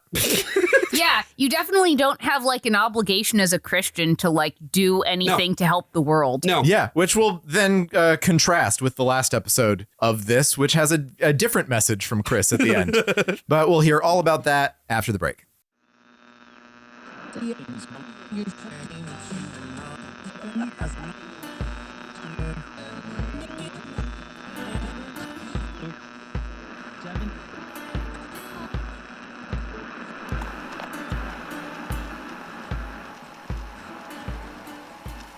Oh, lovely, lovely. The red light is on, which means it should be... My name is Alistair Adelman, son of Dr. Archibald Adelman. The date is January 15th, 1999, and this is day one of the CO project. I'm not sure if you can hear me. I've never used a camcorder before. I'm going to record myself talking at this volume and then play it back to see how I sound. See you soon. I love you. Why did I say I love you? All right, I realize that was much too loud indeed, and this feels like a much more suitable level. Apologies to my future self and to any future scientists of note who might be watching this video of mine, because if my study proves what I imagine it will, dear viewer, the very concept of what we perceive as reality will shift irrevocably, and every person who has ever called me crazy will have to eat their shoes. Nevertheless, I'm sorry for having yelled at you. It was entirely unintentional. I love you. Stop saying I... What you see before you is a rendering of what myself and my community of fellow researchers refer to as a celestial object, or a CO for short. Now, a CO can present as anything: a rock, a shoe, a book, so long as that object has come into contact with the celestial plane and specifically the creatures that reside there. It can become imbued with their otherworldly powers. I have decided to illustrate this particular CO as a cigar because sometimes a cigar is just a cigar, and other times it's a highly unstable vessel of unimaginable power. Now, the tricky thing about these objects is that they are incredibly effective at mimicking their normal everyday counterparts, to the point where many might say, "But Alistair, that's just a stick. Stop waving it around like that. You're scaring the children." But occasionally, COs will slip and reveal their true forms, which is why you see the setup behind me. I have perched multiple cameras at various angles. Not video cameras, antique film cameras, each with unique viewfinders, screens, and ground glass plates. And then, each one of them is recorded by a second digital video camera to ensure that when that abnormality occurs, I can capture it and document it for posterity. I have yet to achieve such documentation, but I believe it is only a matter of time before day 485 of the CO project. And it turns out that the weird rock I found on the side of the road was, in fact, just a weird rock I found on the side of the road. And not... You know, my father believed in the other side, too. The great Dr. Archibald Adelman, brought down by his commitment to proving the existence of celestial objects. People called him crazy. Even I thought he was crazy at first, but he went on, undeterred, and when he disappeared... When he disappeared, I looked through his things to find some sort of clue as to his whereabouts, and found this notebook, filled with theories and calculations, and for the first time, I saw reason in his ramblings. The music in it. He believed in something more profoundly than I have ever believed in anything. And that kind of faith, it is contagious. This was his life's work. And it can't all have been for nothing. It can't all be for nothing. I thought I muted that. Apologies all. My away message of Green Day song lyrics is apparently not deterrent enough. That's odd. An unknown username. Providence, North Carolina, 1953. You're on the right path. Sometimes a cigar is both a cigar and not. Seek Patmos. Seek the truth. Who is this? A friend. Dad? Wait, I'm sorry, I have to go, dear viewers. To anyone watching this, be not deterred in your faith, for sometimes it shall be rewarded. I love you. No, I mean that. Now, how do I turn this thing off? Alistair, Adelman, you absolute fool!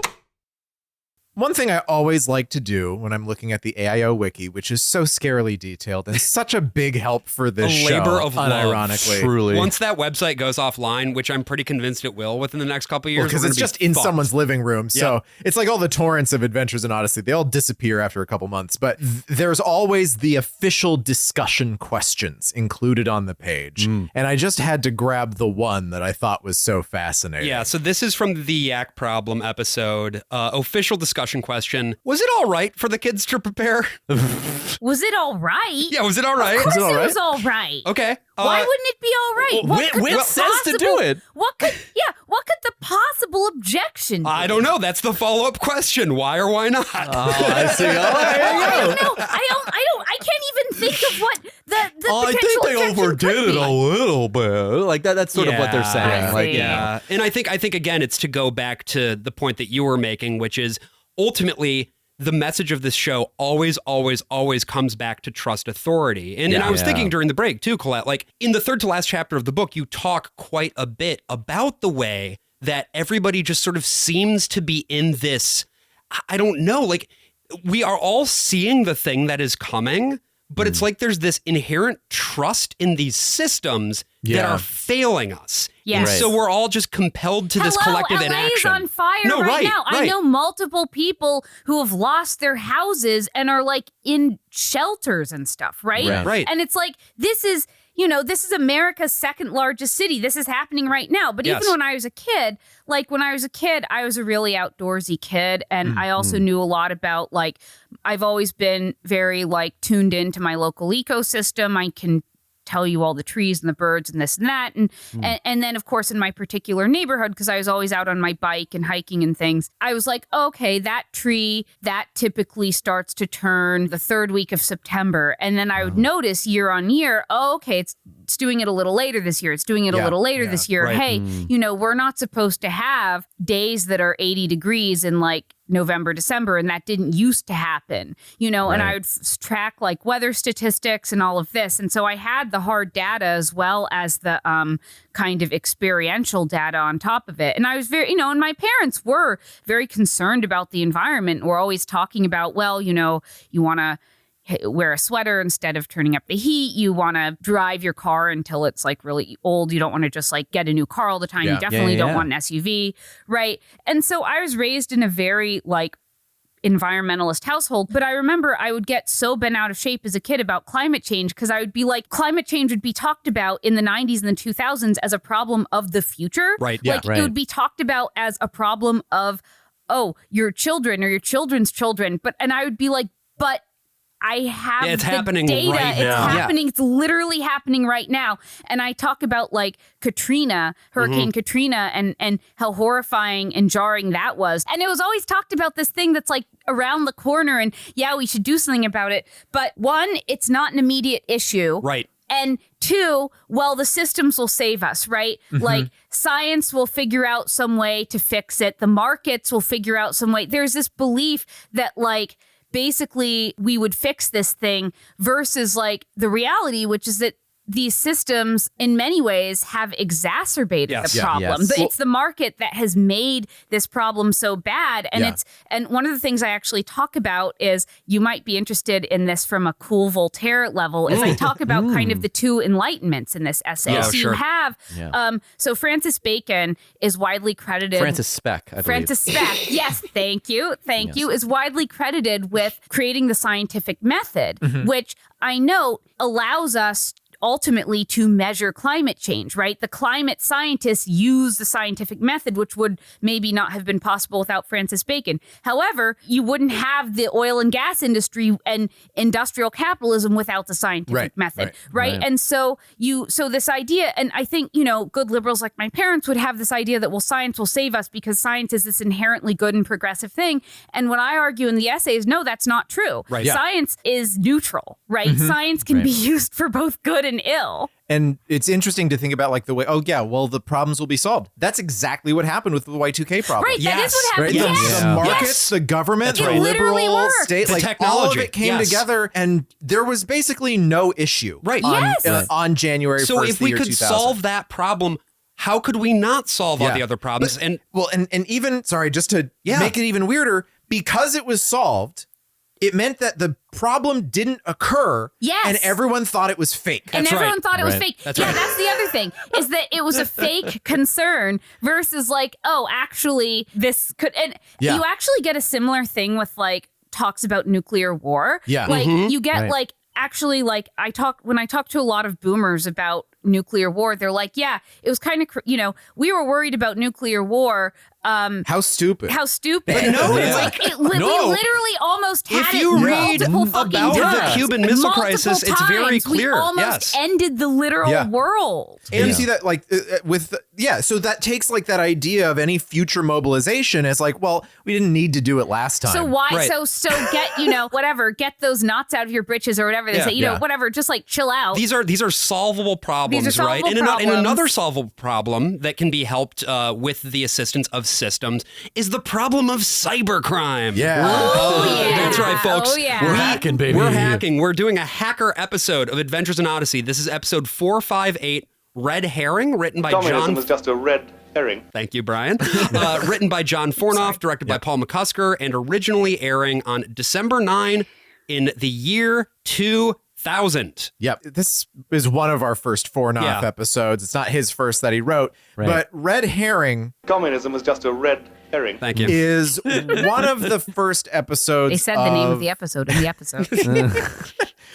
Is one of the first episodes of the so-called Novacom saga. Right. Yes. Which is their follow-up to the Blackguard saga. It's more into like the 21st century. And in the way that the Blackguard saga at the end didn't have Whit, the Novacom saga for basically its entire run doesn't have Eugene. Because Will Ryan is on his one-man strike against Focus on the Family to get them to go union so that kids don't keep getting stranded with a job where Focus on the Family continues to make money off of them in the 2010s, but they only made a couple $100s for the episodes that they recorded total. It paints those little bits and gags about the strike in a slightly different light when you know that there's an actor who is striking against them at that moment, doesn't it? That sure does. Yeah. And he's always just kind of off screen. And why we're grabbing just a little bit of Novacom now, because we might not get back to it for a while, is because after 9/11, they come back November 2001, and Odyssey episodes get a fair bit darker. Yes. It starts with like Jason going down to South America because a mission he started has devolved into a cult. And then it goes straight into like full-blown Novacom saga, every point out. Yeah, this is ultimately less to do with theology and more to do with Monroe Doctrine. But like I said, we'll get there when we get there. Oh boy, in a future episode. Right now, we're here to talk about this episode, Red Herring, which the beginning of it takes place at Campbell. Communism was just a red herring. Thank you, Brian. The beginning of this episode takes place at Campbell College. And Colette, you sent me a very confused text about this college. Yes. The entire episode, I heard Camel College. Oh, okay. Yes. So I was very confused. Like I thought camels in lab coats, little monocles. Yes. I thought they were maybe trying to make Very like fancy. a biblical joke, but I was like, but that doesn't really quite fit exactly. There's so many eyes of needles here. No. It's a sewing college. It's a college for costume design. Good. So the kids are all on a field Camel trip college. to Camel College. Camel College. That's right. And very getting smelly. spit on. Yeah, it's they very forgot to bring smelly their at cup. this college. They're hawk-tooing on that thing. Hey, there's a cup full of spit at this college. Yeah. what the fuck? So these kids, Alex and Cal, they're Boyfriends. going to the planetarium. boyfriends, They are yes. boyfriends, and they're going to the planetarium, but then they see Eugene off to the side. Right. Oh. Just off screen. Yeah. And so they run over and they're like, "Hey, Eugene," and he brushes past them right. without a word Not because a the voice single actor is solitary not there. word. Yeah. Hey, well, that's not going to stop him in 20 years, Yeah. is what I'm going to say. Nope. And he goes into a restricted zone and they try to follow him and then a security guard gets them and the vibes are like really spooky. Yeah. and, Yeah, like, yeah. The security guard is a Southern lawyer for some reason. So you better get out of here. Yo, kids, you'll bet, yo. I'll take it to Boy, I say, I'm taking you to Old West Fun World, which is where you wanted to go in the first So place. I didn't clip any of that stuff just because it was a long sequence and we Yes. didn't really need it. But the boys end up back at Wit's End. Right. And Are you noticing a theme here, Colette? They just kind of always end up at Wit's End. Well, right, That's the- because that's he's the one he's- third location. Because he's the because he is this god figure, Yes. this techno god. He is the God King. Yes. Yes. He's the techno he god is Shodan. king. But, you know, one of the things going on at Wit's End is that there's a radio station there. Yeah. And Connie, who is, again, we mentioned her There's earlier. a radio station at Wit's Right, End? there's the also ice a cream radio shop station. has a radio station? Don't worry about What it. is this? There's a Focus on the Family headquarters in Colorado Springs? There's a pipe organ in the attic.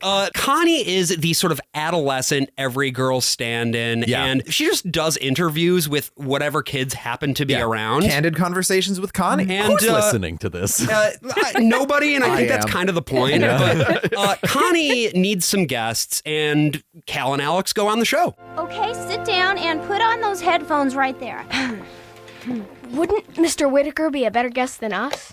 Probably, but he went to Connellsville this morning. There's How about- Connellsville again. We're going on the air. That's Hi bad. there, and welcome to Candid Conversations with Connie, the show with fascinating topics and fascinating guests. Huh? And I'm your fascinating host, Connie Kendall. With me in the studio today are my special guests, Alex Jefferson and his cousin, Cal Jordan. And today our topic is, Kissing should cousins. friends Yeah. keep secrets from friends? We'll start with you, Cal. Have you ever kept a secret from your friend? No. I don't really have any secrets. Okay, Alex, have you ever kept a secret from your friend? I don't think so. Oh, well. If I would, why would I tell you? Alex? Yeah. Fine. I see. And Cal, how about your day? Pretty much like Alex's. Pretty much fine. Yeah, fine. Pretty much like that. So the kid playing Cal is Katie Lee's son. So that's Connie's son is playing that kid. Yeah. That's lovely.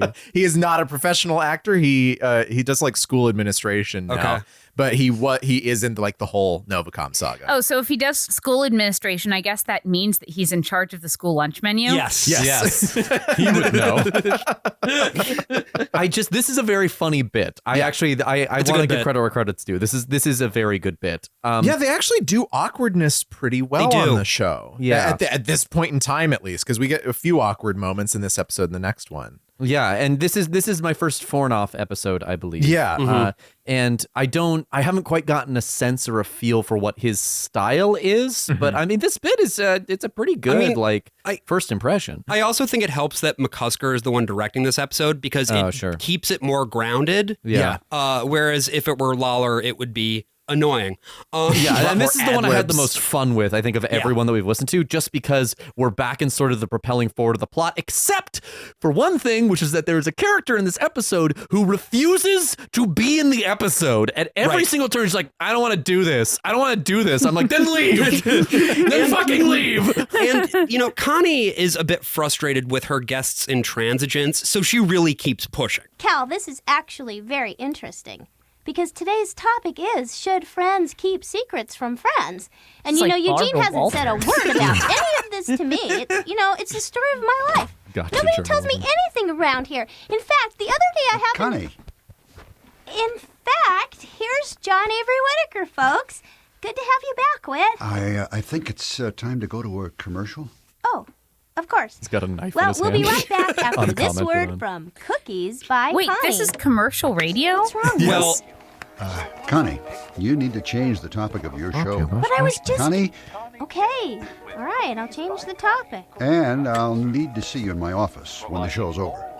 So in the previous break, Cal had let slip that they had seen Eugene in a restricted area, and Connie's like, well, my friend Eugene is not telling me about whatever he's up to. This is just like applesauce all over again.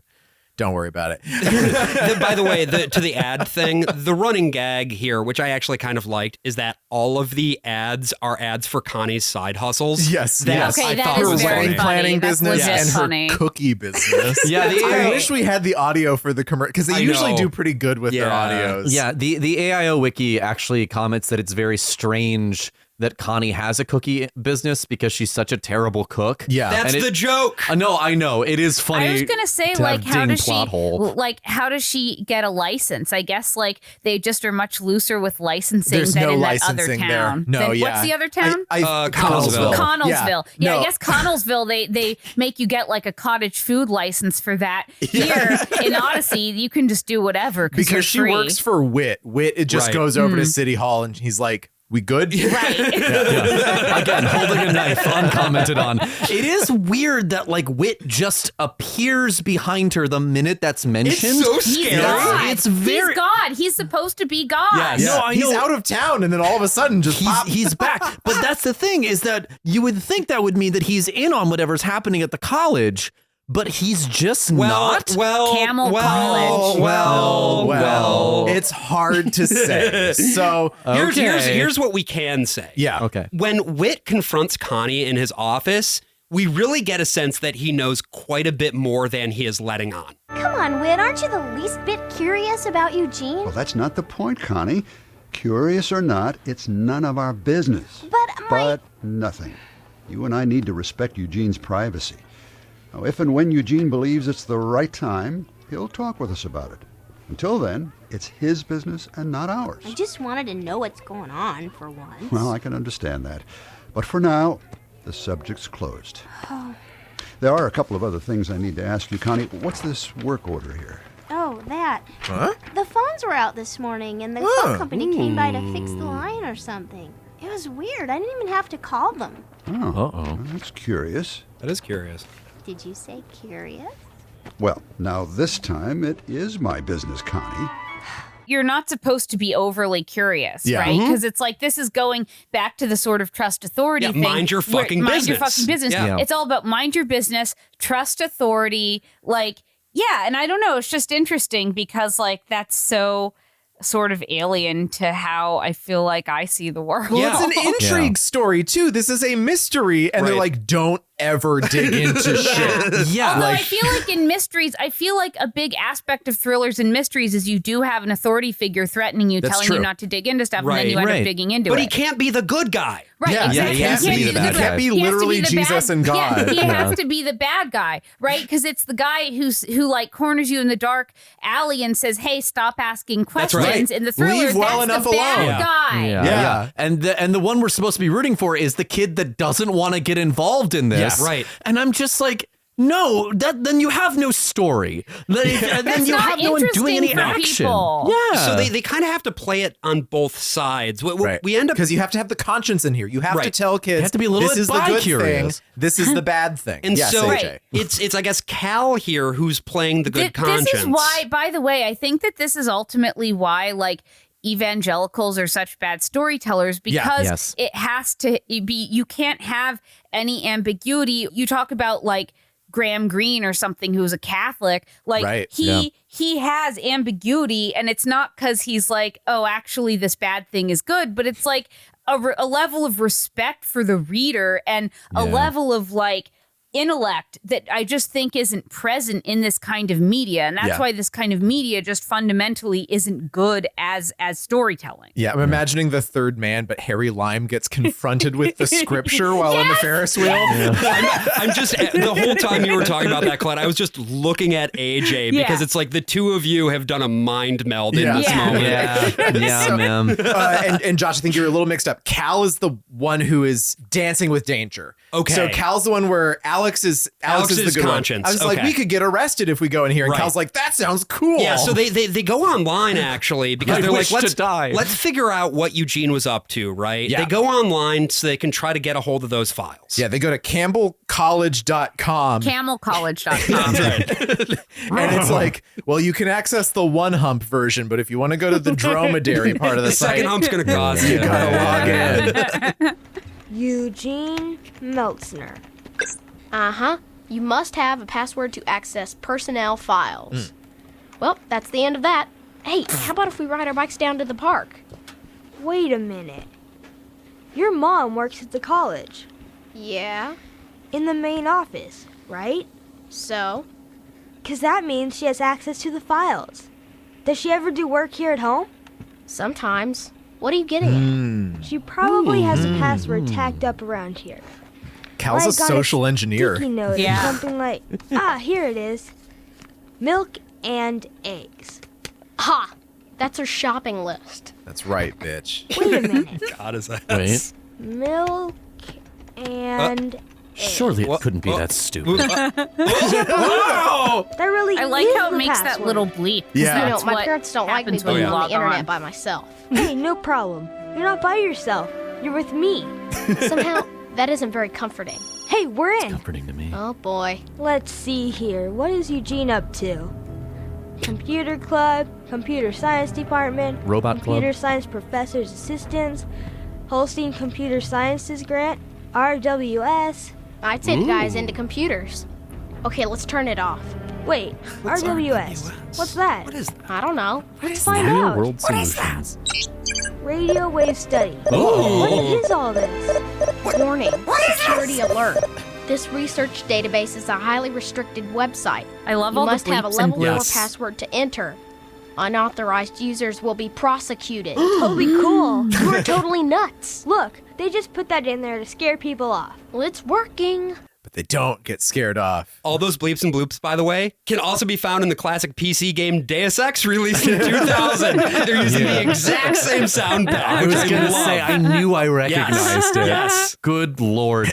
Alex, just go away. Like, I mean, if you're not going to help, just go away. Because this episode goes, I mean, this is the early computer era when, you went to a computer. You went to a use the computer lab in many cases. that's right. to use There was the a computer. room for this thing. Yes. No, and I actually talk about this in my book. Like, I think one of the big changes with the way computing works now versus the way it worked in the Y2K era is like, yeah, you had a computer room and a computer desk, like you had a computer lab. You had to dial up to a computer, and it was very contained in this way, You right? logged in and logged out. Logged out, right? Whereas I think, obviously, one of the big changes was the introduction of wireless, so you didn't have to do the whole log on thing. Right. But in my opinion, the big change was the iPhone in 07, Right. because that allowed you to access the internet everywhere. So I was a late adopter of iPhone, but I got my Same. first one, 2011. And I remember I was in line at the grocery store, and it was like a couple days after I'd gotten it, and I was like, wait a second, I can look at Gawker.com at the grocery store. I don't have to just do that in the computer room anymore. Right, exactly right. I don't have to, or before it'd be like, oh, I'd go home and read it on my laptop and use wireless internet. Oh, cool. Now it's even easier. Now I can do it wherever I want. Yeah, I mean, I can be in class and figure out how far along the Rob Ford crack video Kickstarter is headed. Exactly. I mean, because here's the thing, right? With the advent of that iPhone, it served as a death knell for the away message. Yeah. Right? Yes, because you're never away anymore. You can't be. You can't be. You always have. Like, I have a friend who is about a decade older than me. She's a publicist, and she talks about working in New York in the Y2K era. And she says one of the great things is that you would just fold up your laptop and go home. Yeah. Like, you were off. Like, she was not, obviously she had like a cell phone and had like emergencies and stuff, but there was not this level of expectation that you would be checking, say, your your emails. At like midnight, At 1 in the midnight morning. on a- Saturday. I do have a quick question about away messages. Yeah. Sure. AJ, were you the kind of kid who would do the like song lyric away message? What was your game? No, I wrote poetry. Your own poetry? Yep. Of course you did. That was right. That was your poetry era. Yeah, it was. And it was, but it wasn't like emotional poetry. It was like Dr. Seuss shit because it was mostly about. It's random. Yeah, it's very no, random. but it was mostly about it was mostly about the fuzzy masked man That and the makes monstrous sense. feline he called Wiki Tan. Yeah, sounds right. Oh, so he had lore. He had lore.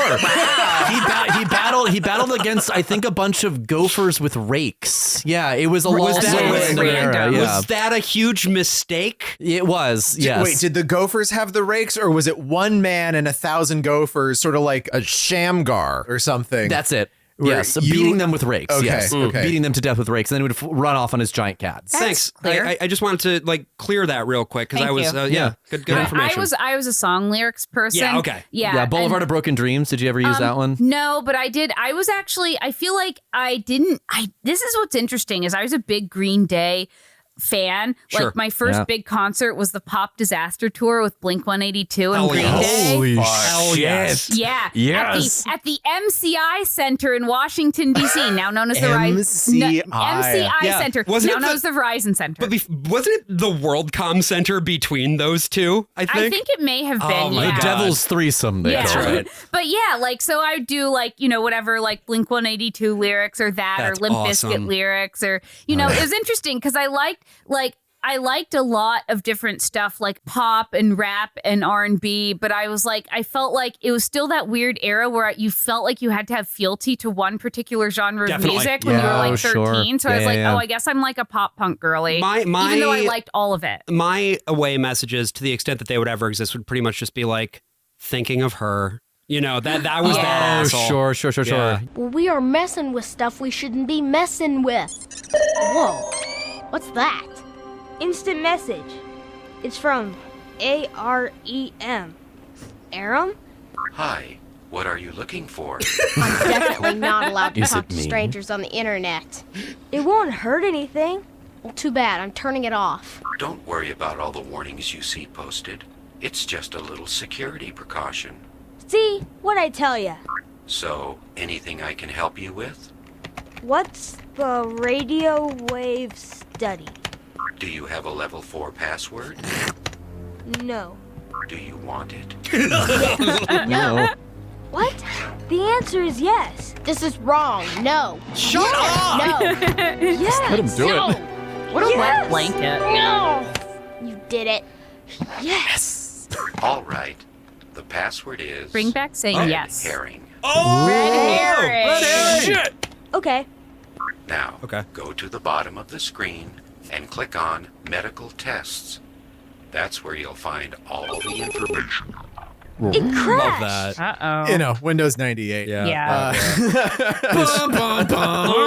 This is the internet as a threat, right? Yes. This is the exact situation you have already been warned about before you listen to this episode of Adventures in Odyssey. You are a child. You are talking to a presumably adult male stranger on the internet who has started chatting you up. Get out of there. I've actually got, Colette, I wanted you to read another little bit from the book. Very brief paragraph here that I think is a reflection of this kind of moment, but maybe in a slightly different context. Yes. It was these terrible longings. Parenthetically, I was previously talking about how I was just really boy crazy and had all of these like intense unrequited crushes in school. So it was these terrible longings that sent me into an AOL chat room at age 13. I didn't lie about my age. I said I was a hot 13-year-old girl looking to meet hot guys. Oh, no. A guy claiming he was in high school IM'd me almost immediately. Yep. Asking what I looked like. I told him I was 5'5" with B-cup breasts. When he suggested we meet, I got scared. I lied and told him I lived in the nearby town of Reston, Virginia, instead of Falls Church, then logged off. I wasn't just scared that he might be a pedophile. I was also scared that he would realize that I was actually 5'2" with A-cup breasts. I mean, look, I had somebody who was in my class who would message me under a false, like, anonymous account. It was just like, guess who I am, guess who I am. Oh shit! So it was a fucking Miss Friendship reaching out to you. It was a Miss Friendship. I later found out it was somebody who had a crush on me, and I had no idea how to handle that. But like, it was like that was a very common thing. Pedophile? No, they were my age. This was all. Yes, let's be very clear. That was all fine. But that actually doesn't rule out them being a pedophile, but it does mean that in that particular case, it wasn't predation. Yes. But this was a real thing we were taught back then. Was like, if you are talking to someone online, you don't know them, they are a 50-year-old man who wants to add you to their harem. Yeah, and don't give them your fucking information. Which, don't do it. I mean, again, but to be clear, like, that actually was a legit risk. Oh, yeah, it was. I feel like it's insane to me that I was like, when that thing that I'm writing about in the book, like, it didn't even occur to me. I was just like, well, yeah, probably there's some guy from another middle school who's hot. And I mean, also, it didn't occur to me that it could even be a 50-year-old man until he's like, oh, let's meet. And I'm like, wait. The gears are kind of. That doesn't seem right. Yeah. Does this guy have a car? Yeah. Right. And in this particular situation, the boys are not getting groomed as best as we can tell. No. It's just that they. Although the voice is very perfect. It really is. It really is. To know more. It seems that they're being sort of taken advantage of for the sake of accessing some sort of a directory. We don't. Yeah, like they're a relay almost to get the information back to Aram. This actually ends up getting Alex's mom in trouble. Let's see. George Washington crossed the blank. That's easy. He crossed the British. Cal, when's your dad coming home? Tomorrow morning, I think. My homework time will never be the same Why are they without always you. talking about history? That's what they study. It's the history school. Be calm? 11 years, and they treat me like I'm some sort of criminal. What do you mean, Mom? It's nothing. Just finish your homework. Nothing? I get called into the college security office, and they accuse me of hacking into the computer system, and you call it nothing? They're calling you a hacker? Honey, they obviously have you confused with somebody else. They said they tracked my profile and could prove it. The strange thing is, I wasn't even on my computer today. Not at the office or home. Oh, shit. Alex. Hi. Did you say you had B-cup breasts, Alex? You know very well you have A-cup breasts, Alex. Yeah, so they're like, oh yeah, we talked to a hacker. We, the two underage boys, and like, okay, well, we're gonna go to the police with that information. So they go right to the police. They do not bring a lawyer, and then this happens. Now, Alex, Cal, I want you to listen closely to me. It's important that you tell me the truth, no matter how hard that may seem. It's best for all of us. You tell a lie, and it's going to hurt you and everybody else. You understand? Yes, sir. Yes, sir. Yeah, you want to be like George Washington. That's right. Yeah. Yes. Which one of you is Aram? Aram? Neither one of us. It's not us. Really, it isn't. He's somebody who came on the computer. You're telling me that you've never heard of or from Aram before yesterday? That's right. Honest. Yeah, Cal was very uncooperative at first because he knows you don't talk to the cops. No, he is right. Because the cop immediately accuses them of being hackers. Yes. I mean, it's also, this is Maddox because we can't have, this guy feels new to me, right? This detective character? Yeah, he's new. He's actually the same actor who plays Alex's dad. Oh. In just that previous clip. Yeah, he sounds very different, both those clips. He does sound very different. He's just talking to himself, basically, in that one scene. Yeah. But it's these kids, of course, immediately waive their rights. And the parents fucking... Why would you, as a parent, not bring a lawyer along? It's so insane. You don't do that in Odyssey. You bring you Whit. trust. Yeah, you trust the cops, right? Well, right, because again, this goes back to this authority thing where it's like if you were to bring a lawyer, it's not just doing your due diligence and covering your bases. It's like saying you don't trust the cop. That's right. Yeah, bringing a lawyer is a real Connellsville move. That's so true. So secular. And what they're able to do then as a result, because the cops have full control here in Odyssey, naturally, is that they're able to do one of those, they set up a honeypot, right? And it's the classic thing from every police procedural. Yeah. You should not have curiosity. That's for the police to have. So Yeah. here the kids they don't even need the kids because it's a fucking chat window. That's actually a good point. Yeah. But whatever. This is what they get the kids, they log back in, and they run into Aram again. So Hey, good. that's the sound. That's Aram. I love that Hi sound. there. Welcome back. Good. All right, go on, Cal. Type Again, hello. very creepy Yeah. vibes. Very Hello. creepy. What happened to you yesterday? Hello, children. Good. He wants to chat. He did say he did. Cedric, come are on you the getting computer. We're tracing, sir, but you have to keep them talking so we get a fix. All right, go ahead. Just talk with him. Where We'll have to get is the- that guy? He's in the college. He's at Campbell College. Computer crashed on us. Why didn't you try again? What should I say? Just tell him the truth. We have to keep him talking. My cousin didn't want to. Too bad. Did you find what you were looking for? We saw something called RWS. That's all? No. Ask him what he knows about RWS. Cedric, anything yet? Having trouble, sir. It's not tracing properly. Where is he? He's in like fucking Afghanistan or something. Like, I feel like he's at a bar getting drunk. He's like, oh, I almost got it. No! Stall him. Ask who he is. Just say, by the way, who are you? Cedric, hurry, we're losing him. Who are need the closer. you anyway? We'll have to talk again some other time. Bye-bye. bye-bye. What? Oh, we've lost him. Damn it. So they have to do the thing.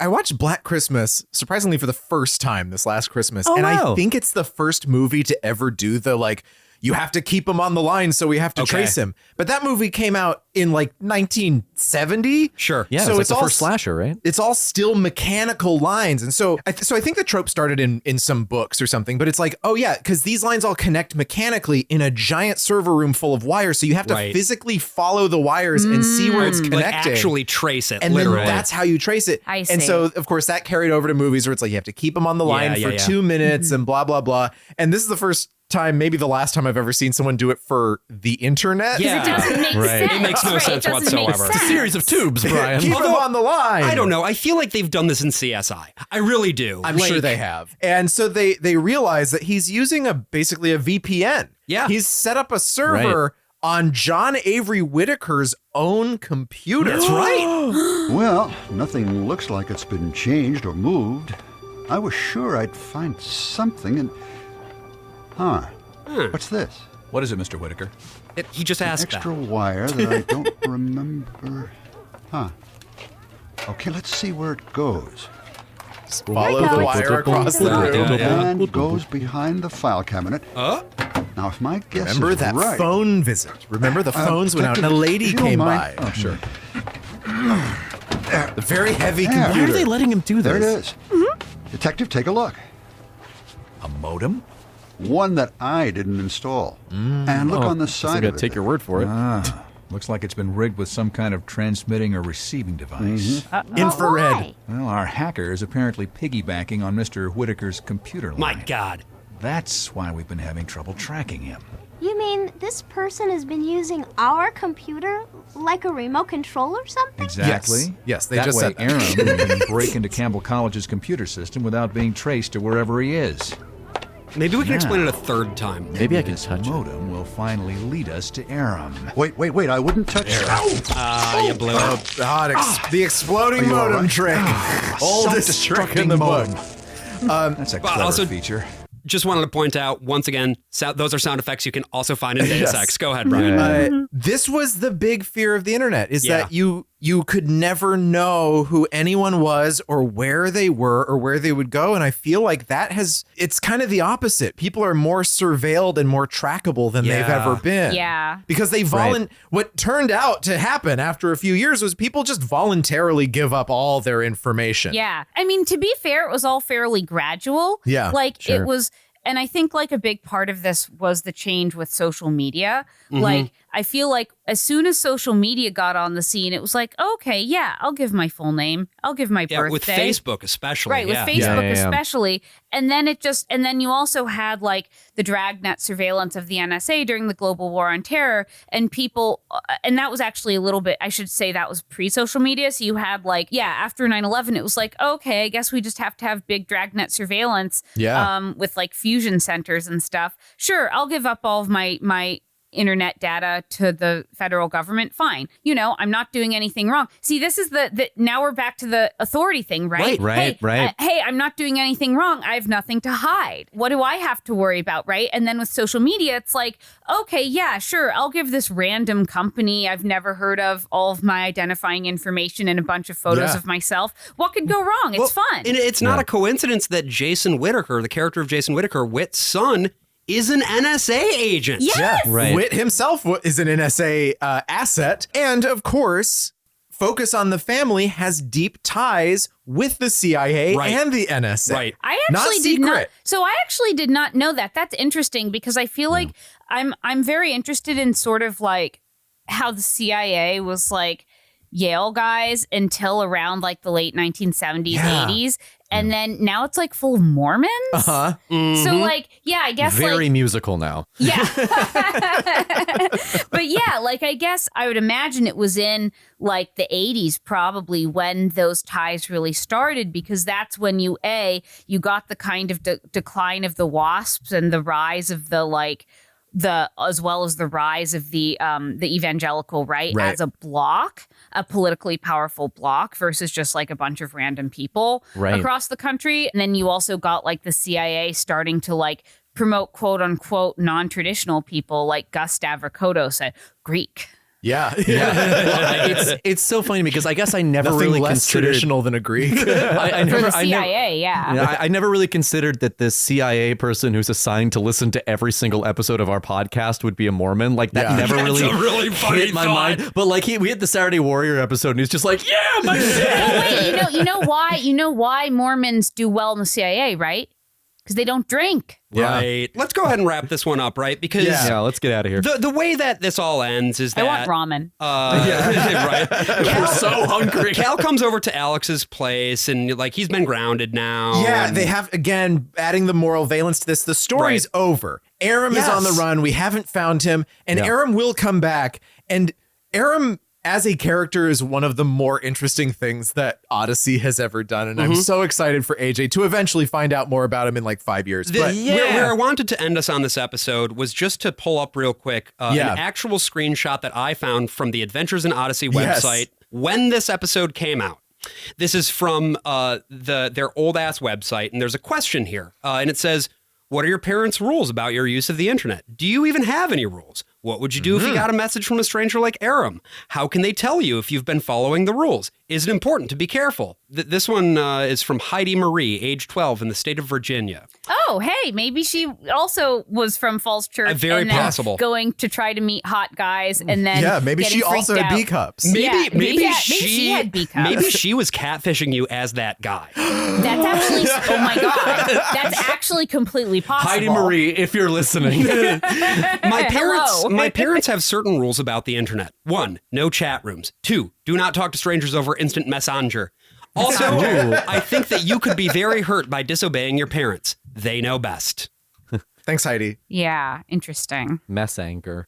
That's actually usually how I default spell that I word. would go to that website pretty frequently because they had games. I only used the internet for games most of growing up. And so they had like a Diner Dash game where you'd be Connie and you'd have to like fill up root beer floats. Okay. The first website I ever went to was the Rugrats website, the Nickelodeon like Rugrats one. They had a little game on there where you could squirt milk and shit. I think mine was Iditarod.com. What about like you? Mine was someone's Xena Princess Warrior fan site. Oh, hell yes. some wholesome 20-year-old lesbian. Yes. I was 7. I was so obsessed. I wanted to be Xena. I mean, who doesn't? Yeah. So let's go ahead and move on now to Room Enough for Two, episode 514, the last in our set here. Yeah. This episode, we are now doing quite a significant jump in time forward, all the way to March 29, 2003, 9 days after the invasion of Iraq. Yes. Whoa. And that's important because now 9/11 has happened. The United States has started to become truly quagmired in Afghanistan. We have made the great decision to open up a second front in Iraq. And this episode was written by somebody named April Higgins. This is her only credit. Yes, she worked at the visitor center. According to the still AOL does. Wiki, yeah. This was like a spec No, script? according to, there's a little interview there is? that I found with her, yeah. Was this her bacon script for the show? Her spec script? Yeah, no, I get it. I got it. I'm the one who made the reference in the first place. I'm the one who feels the deep regret for making that reference in the first place. We got bits, folks. Like, the Germans continue to ruin everything for us. So let's go and go through this episode pretty quickly, right? Because this episode begins with a bus stop. I guess we've got a guy stepping off the bus. Oh, man, and this is so disorienting. It's very confusing. We have the Hortons. That includes... In medias res. Yes. Yeah. This includes Liz from earlier. Right. Mom, Dad. Oh, it's good to see you all. Oh. How you doing, son? Oh, you look so handsome in your uniform. Everybody looks good in a uniform, Mom. You're huge, Red. Sonic? You've got muscles. That's what the Army does to people. But look at you, Carrot. You've gotten even more freckles. I love skateboarding. Boys aren't pestering you, are they? Mark, Huh? I'll tell you later. That's strange. What was that? Weird You thing got to say more to your luggage? sister. No. But before we head buckle in. home, I have a surprise for all of you. Oh, you bought me new green nail polish? No. Girls like nail Mom, polish. Dad, Liz, I'd like to introduce you to someone very special. Come here. Remember the girl I told you about? This is her, Natalie. Hi. Welcome. Natalie? Wow, she just Yeah. looks just like you. And last Liz. weekend, we got engaged. What? First of all, this is a cold open. It leads into the theme song. Instead of them doing a montage Right. of their best Yeah. lines, they do this cold open. Second, this voice performance is rough. Yeah. This is Mikey Kelly, who, interestingly enough, you know how Townsend Coleman, who plays Jason Whittaker, played Michelangelo of the Ninja Turtles. Yeah. This guy also has played Michelangelo of the Ninja Turtles. Yeah, he's got that turtle voice. But Yeah. you're right. Like, he could also be Sonic the Hedgehog. Yeah, absolutely. So yeah, He loves skateboarding. We've got Natalie here, who is the Mark's new fiance. Yes, this actress only credit is this episode. Okay, Liz is not about it, and we hear this pretty promptly. Right here. Whitstant. Oh, yeah. You've got to see this place, Natalie. You've told me about it. I thought we could go on a camping trip to Trickle Lake, like you and I used to. Oh, great. Natalie loves camping. Yeah, that sounds like fun. There's a festival at the church this weekend. Oh, yeah, Natalie, I want you to meet our pastor. I'd love to set up some premarital counseling sessions while we're here. Mom and Dad get a crack at that premarital counseling first, though. So I want to talk about that. Did you have thoughts on premarital counseling, Colette? Yeah, I just heard that and I was like, oh boy, like Yeah. this is going to be an interesting one. Yeah. I mean, I assume the premarital counseling is basically don't have sex and also probably don't even kiss or hold hands. Until you get married. It's actual counseling for, I don't know, what to expect when you have sex the first time or whatever. Which you will do on the evening of your because wedding. you definitely haven't been having sex No. like at your Yeah. church camp in a shed or something. And I don't even remember this idea of premarital counseling being this universal thing, being that big culturally among evangelicals. But in Adventures in Odyssey, you always have to go to the pastor and get premarital counseling. So this happens a lot. I did Yes. You did this. Did you? I did this. Oh, really? Really? So what can I ask? What kind of premarital counseling did you get? I in think real I life? only ever did like it was actually less premarital counseling, and it was more just like that the pastor who married us, we did do like a session with him before the wedding. But I Was think that the deal? Or? But, well, I don't even think it was the deal. I think it was honestly more just so that he could get a sense of like what our dynamic was. Oh, so it was like an So when he audition. officiates, Yeah. he has something to talk I about. think so. Yeah. I But think it wasn't like so that's not true. It wasn't like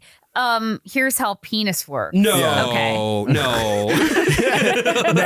Yeah, No, you learned thankfully, that no. in shed. No, I love the idea of just like a pastor coming up there not knowing anything and being like, you know, when I first met you, I thought they sure do look very similar to each other. Anyway, do you? Great. Okay, let's go home.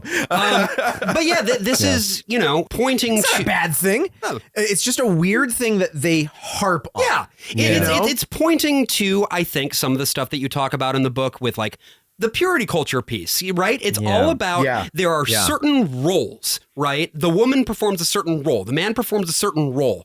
And a big piece of the project is making sure that everybody is on board with what those roles ought to be before you enter the holy state of matrimony. Yeah, which is like so different from like what I grew up understanding any of this stuff to be, what I grew up understanding sex to be, what I grew up understanding gender to be, what I grew up understanding marriage to be. Like the whole idea, like when I started to encounter this stuff in the broader culture, and again, I'm not really sure, it was just kind of around because at this time in like specifically in the early 2000s, like post 9/11, the religious right, specifically the evangelical right, this type of evangelical kind of cultural sexuality fixated right was really ascendant. And so there were like these giant, I don't know if they were focused on the family like funded or if they were, I think they were actually Southern Baptist things, but it was like this rally every year where teenagers would like go to the Capitol and like have a part, like they'd fill out a card. Say they were gonna wait to have sex till they got married. I just remember, they would do that. I just remember thinking that it was so strange. Third person. You went. I didn't go to DC. Okay. I did not do the big DC. Let's get all the teenagers together and not have sex. Not have sex. But I did. There must have been sex at the not having so much sex at the not having sex party. I mean, you love DC talk, but you did not deal with any of that DC talk. I did not love DC talk, actually, but that's another story. We did do the whole True Love Waits curriculum where you get a ring and you get the pendant. So this was the true. I write about this in my book, and I had to like research it, but I do remember hearing about it, like the True Love Waits rally. And I just remember being like, what is this alien culture that seems to somehow sort of now be the majority of American culture, because it was just so different from anything that like I grew up with. It was so weird that stuff bled over the way it did. There's a South Park episode about purity rings. There is. Like people, like the fact that young Earth creationism became part of the conversation. That was a huge thing. Wild. And it's such a like, it's not like most Protestants don't believe in it. Most Catholics don't believe in it. Like, it's very niche. It's very niche within like these particular circles of evangelicals. And it became a central national conversation about whether you could teach what was called quote unquote intelligent design, which basically said that you can't, even though to go back to Catholicism, the Catholic Church agreed that evolution was real and compatible with the Bible from like 1948 or something. Yeah, we did that, you guys. You have to understand all of this as pieces of a bigger project. These are not discrete, like little things here and there.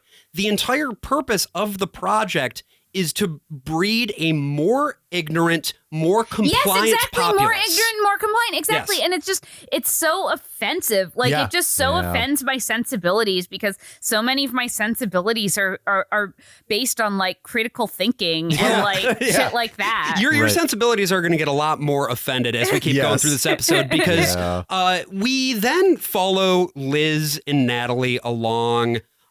There's this fucking stupid breakfast sequence where Liz has come back with bagels, but Natalie already made waffles, and Liz is like, "No, I'm she the also only does one." Get the worst kind of bagel, cinnamon raisin. That's right. And Liz is like, "I'm the only one who's allowed to make food for my brother, not you." Girls make and get food, not boys. No, exactly. Right. Mark, meanwhile, decides to go out rollerblading, very Y2K coded.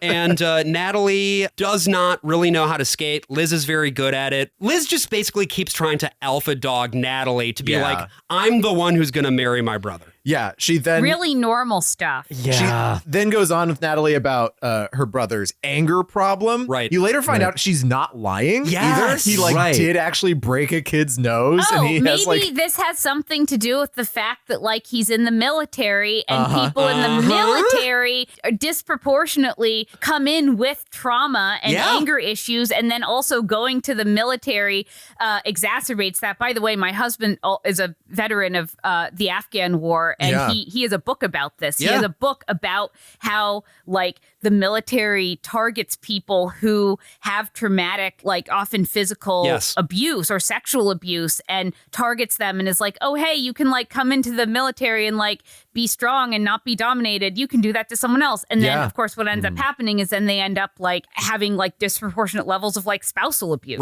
Right. Well, and also you have the very real phenomenon of like, oh, my brother's come back home from boot camp and he's married. Right. Great. And he bought a car that costs like $30,000. Right. They're like, this marriage, TikTok. How long's that going to last? So many people I know who, they went off. They got into this situation. They got divorced very quickly. Yes. And they're like, well, she was just a fucking whore. And it's like, no, this was just a bad decision that both of you made. And you both cheated on each other. Yes. You needed to go to premarital That's what I'm saying. That's right. This is a weirdly well-observed portrait, I think. But what's strange is that they can't talk about any of those underlying issues because this is the given circumstances of what these guys are like. Yeah. I think that's why this is the single episode authored by this one person, is that she's basically just writing real life. That sounds right. Because after, more of this back and forth between Liz and Natalie, how dare you want to fuck my brother? I want to fuck my brother kind of shit. Yes. Mark gets a call from Army. Mark, telephone call for you. Thanks. I'll get it in here. Hello. Yes, this is Second Lieutenant Mark Horton. Yes, sir. That's who you are. I heard a who. No, sir.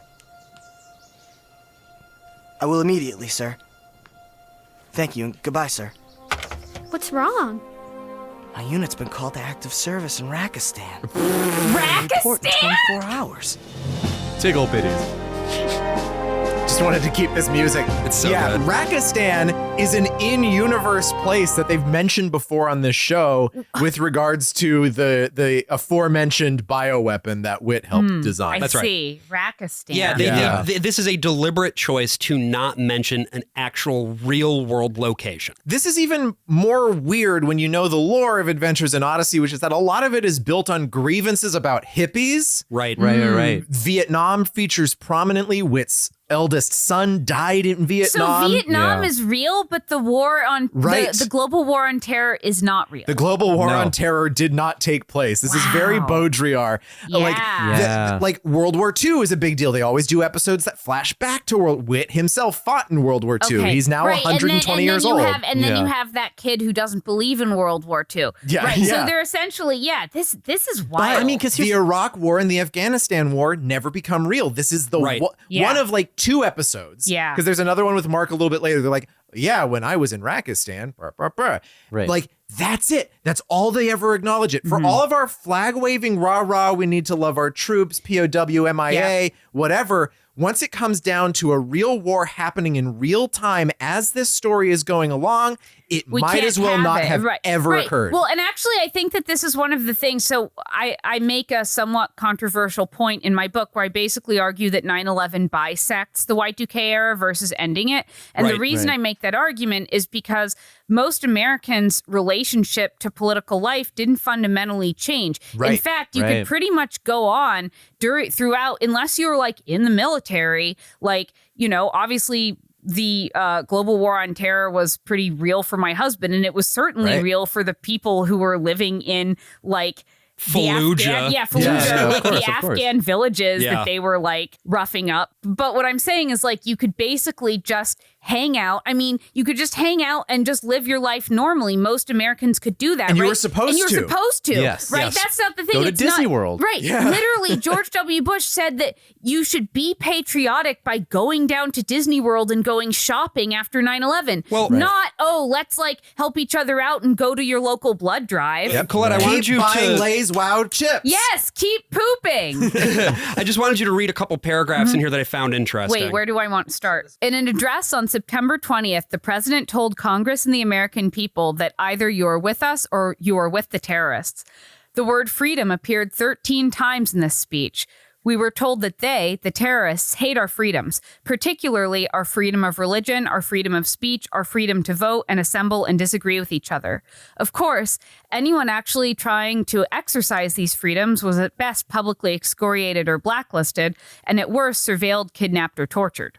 And what I find so interesting here, obviously, is that that's George W. Bush. That's our big web boy. That's the evangelical. That's the guy who prays with James Dobson personally. Literally. Right, yes. that's right. Like every morning. And yet, when it comes to, for children, framing up what this war even is, they're not really willing to touch it. No, they aren't. Even though they're the ones who are saying that you're supposed to support it unquestionably. That's right. Yeah. I think what really pisses me off is I prefer, like I was saying earlier, like I just get really pissed off by like intellectual laziness and dishonesty. Yeah. I would far prefer like someone like a Max Boot who's very clear about like what he's interested in doing. Like he's like, yeah, I think we should like be in Iraq for 100 years. But like I would like I like this honesty, right? Versus this thing like you're all supposed to just go to the fucking mall, right? Yeah, that's minimum boot. Right. It's minimum boot. If we're gonna have an imperialist war,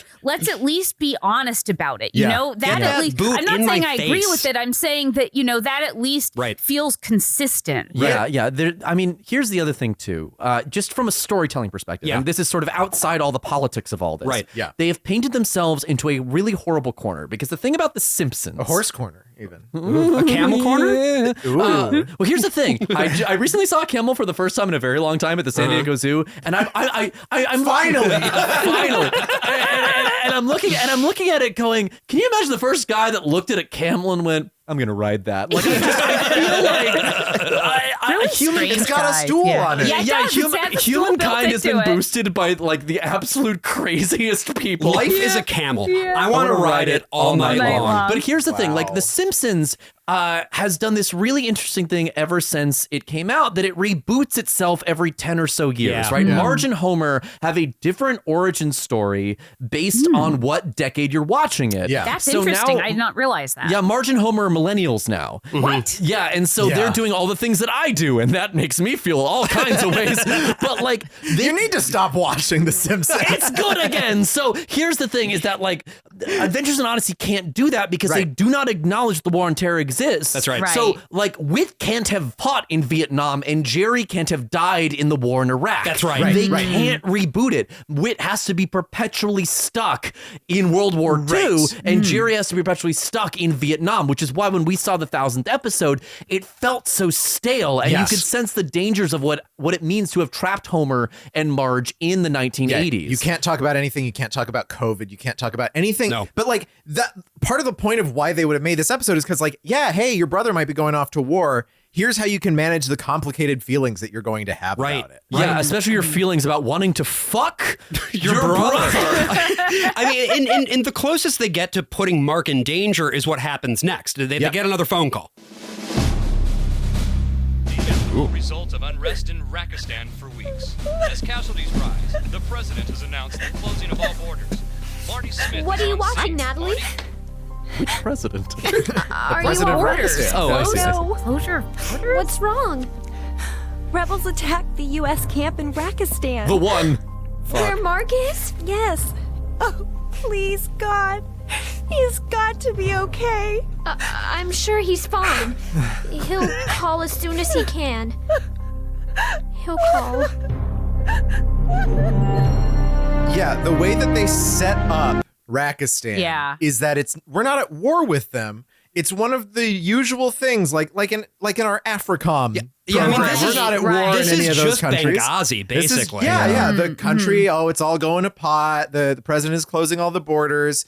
Whoopsie doodle. Remember, this is less than 2 weeks after the invasion of Iraq. Yep. Right. Which was supposed to be about 2 weeks long. Right. And it turns out that like this problem with Rakistan is also just about 2 weeks long, or like 2 days long. This goes back to like, you always trust the people in authority because they always know what's right, and they always are the best kind of hand guiding us, versus Iraq just becoming this years-long charnel house that turns into a civil war. Yeah. I mean, I remember George W. Bush on that aircraft carrier. We accomplished the mission. Unfortunately, we created a lot of other missions by accomplishing that mission. We achieved surprise. But to what end? So true. Wit's end. So I don't know if we even want to talk, but I mean, Whit gives this lesson, where he's like, "Oh yeah, love it multiplies. You're not being replaced." Blah blah blah. Here's what he says about it.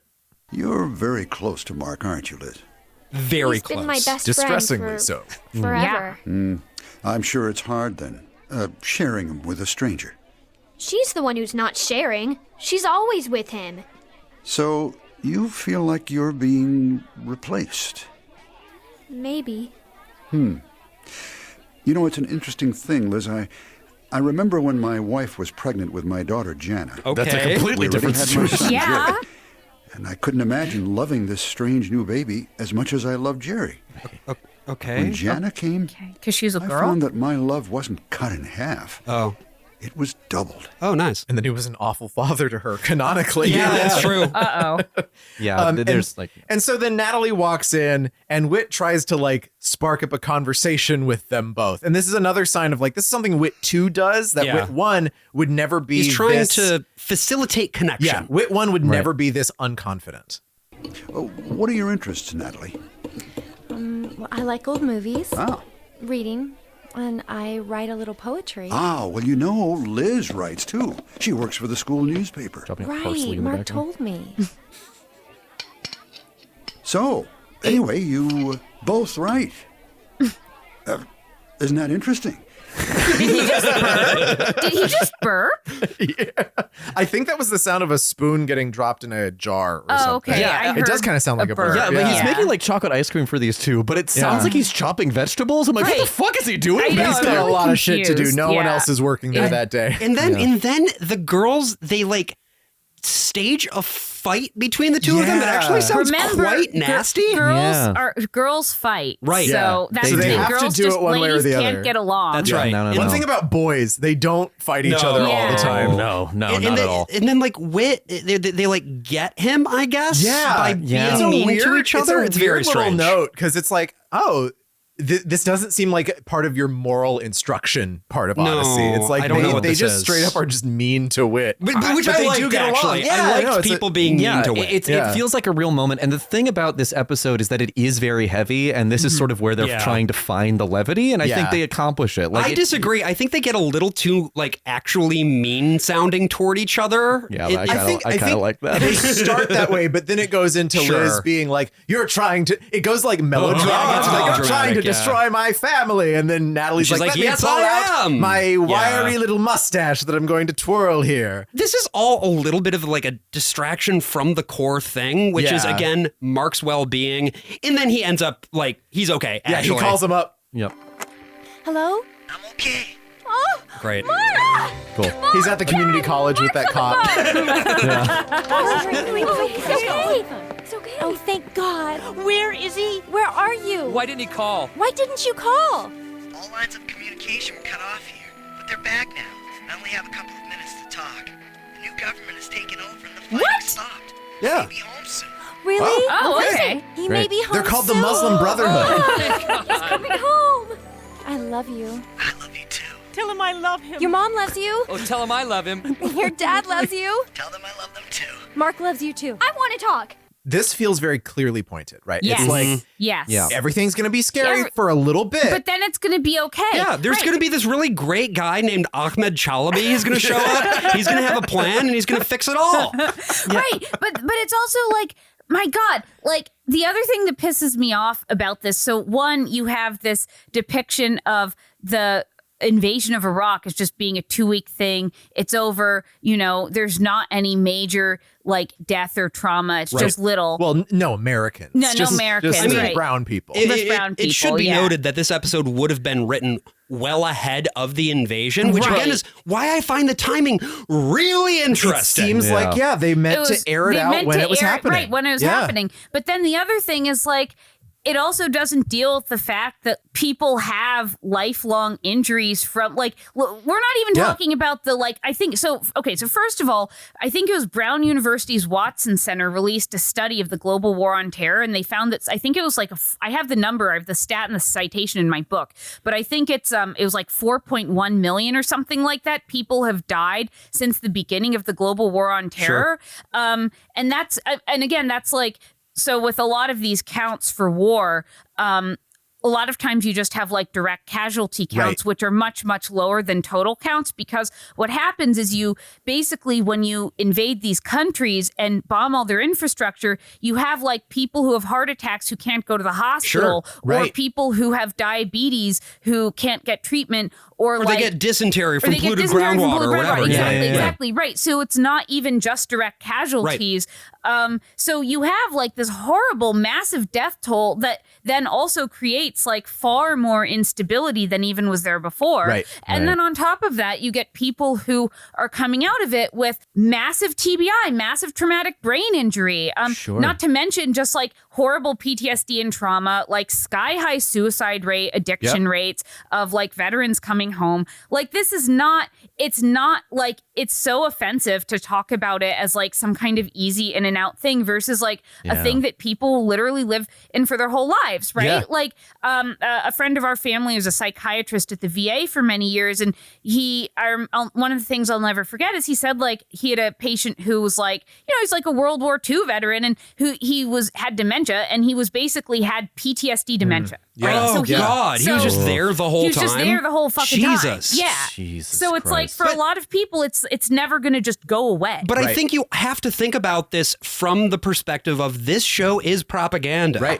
I mean, it's again, I don't think it's I can't prove it, obviously. I don't think it's a coincidence. But you know, on the one hand, the White House was getting fucking Judith Miller to write shit in the New York Times. And on the other hand, they were getting Focus on the Family to put shit out to the base. And to think that like this year, we got to ring it in with these two bizarre incidents involving veterans, right? A guy blowing himself up in a Cybertruck outside of a Trump hotel, and another guy running people over with his car in New Orleans. And like, it's 2025. The wars have been over for a while, but not really for that long, because they went on for fucking ever. Yeah, 2 decades. We're just going to ignore it. Right? You have tons of homelessness among veterans, and of course we've turned even more violent against the homeless. We are blaming them for the wildfires in California right now. Elon Musk is clearly intending to privatize the VA. Taking people off of Medicaid. You know, like all of this shit is going on because why exactly? You know, like at some point, some of this is like a line in a graph more than anything else, right? A note on a cell on a fucking spreadsheet. And what the message was at this time was like, here are all of our brave heroes. Put your little blue star in your window, right? If your cousin is going to go work security in Saudi Arabia for 6 months, you better put that fucking blue star in there. We better start flying the POWMIA flag again. But it just so offends me that like so many people were basically just killed and tortured in various ways for no reason. Like we created all this human suffering for no reason. Why the hell is her brother even in, what the hell is this place called? Rakistan. There's no explanation. Why is he even there? He shouldn't be there. He just had to go. Army calls. Sometimes army calls. We had a half day at Army. And then I think it's really interesting because it's like, well, on the one hand, there's this war stuff, but this is really a story about just like what happens when your brother gets married. Right. It's about jealousy and about love and about like how we can give love to other people. Oh, and boy, it does not know how to square the circle on that. But they do find a way with Chris at the end. And I think that this is fascinating if you listen to the exact words that she says. Have you ever been like Liz, jealous that your best friend had other friends besides you? Well, it's natural to sometimes feel that way, but it's also a symptom of selfishness. What? We should want the best for others, and that includes wanting the people around us to be just as happy and successful as we are. As Philippians 2, verse 4 says, let each of you look out not only for his own interests, but also for the interests of others. And so it's very interesting to use that verse, which they almost never reference anywhere else. And to use that word success, too. We want Iraq, we want the Afghanis to be as successful as us in America with all of their freedom and liberalism that we're bringing them. This is not an altruistically minded show. This is a show that sometimes will pay lip service to the idea of being kind to your neighbor. But it is absolutely in no way, shape, or form about like actually improving material circumstances for the people around you. Yeah, that's collectivism. I very rarely play clips from Odyssey to my spouse because I love them. Fair. But I did play this Chris thing because I laughed really loud and they were in the room. They're like, what the fuck just Chris happened? is like, you're an asshole. No, it was like in selfishness. And the way they summed it up was, oh, you had a feeling, you little shit? Well, here's why Philippians thinks you should burn in hell. That's right. Yeah. Right, and what pisses me off too about a lot of this stuff, I keep just saying what pisses me off. It just pisses me off. No, it's just what it is. But like this idea that like the problem, and I feel like this is the case with I do have a fairly limited understanding of sort of what this theology is, but so much of this theology is about how you feel, and I remember this from like again like these like the one time you went to church? The one time, the one time I went to like this evangelical church it's about how you feel inside versus like how you behave and what you do. Right. Yes. And I find that to be really interesting because I don't think we can fundamentally control our thoughts. We can control our behavior. Yep. Right. And to me, that's far more important. And I just feel like this is a way to give people neurosis because they're like, oh God, I'm having a bad thought. And I say that as a person who has, I have OCD, right? And so I'm constantly having insane intrusive thoughts that I do not want. And if my approach were, hey, get the thought out of my head, I would like never leave my house because it's fundamentally like actually the specific treatment for it is basically you're supposed to do the thing that goes against the thought you're having. And to me that is fundamentally sort of in a broad sense can be kind of expanded to like, I don't know, sort of like a life philosophy. Not that you should always go against what your thoughts are, but that like a thought is not reality, right? And so the idea that having a thought or being jealous, people get jealous. That's normal. And saying that that's wrong or selfish to have a thought, it's all about how you treat people to me. But Colette, you have just described the entirety of my internal monologue and battle with it. Yeah. Like the very brainworms that you think that this sort of thing will put into kids' heads. Puts it into their heads. Yeah. Yes. Yeah, that line, we owe so much to other people. And it's like, that's a great verse because so many of the letters in the New Testament are about, this is how you behave. Yes. Right? Yeah. Like it's not about how you think. Like Jesus implicates people's thoughts as a way of saying like, no one is free of sin. Yes. Right. Like you just, so you have to actually set that aside now. Yeah. No, it's like, exactly. The thing that fucking Christians love to quote evangelicals when they are talking about fighting every young man's battle is the verse about like, look, let me tell you something. Even if you have looked at a woman with lust, you've already committed adultery with her. That's not saying you need to fucking police that thought at all times. Never think anything. What it's saying is you're no better than the person you are criticizing for being an adulterer. You gotta get the hog out of your eye. That big, juicy, dripping, you're coming hog. You're cockeyed. And as a result, like, yes, you need to focus on other people.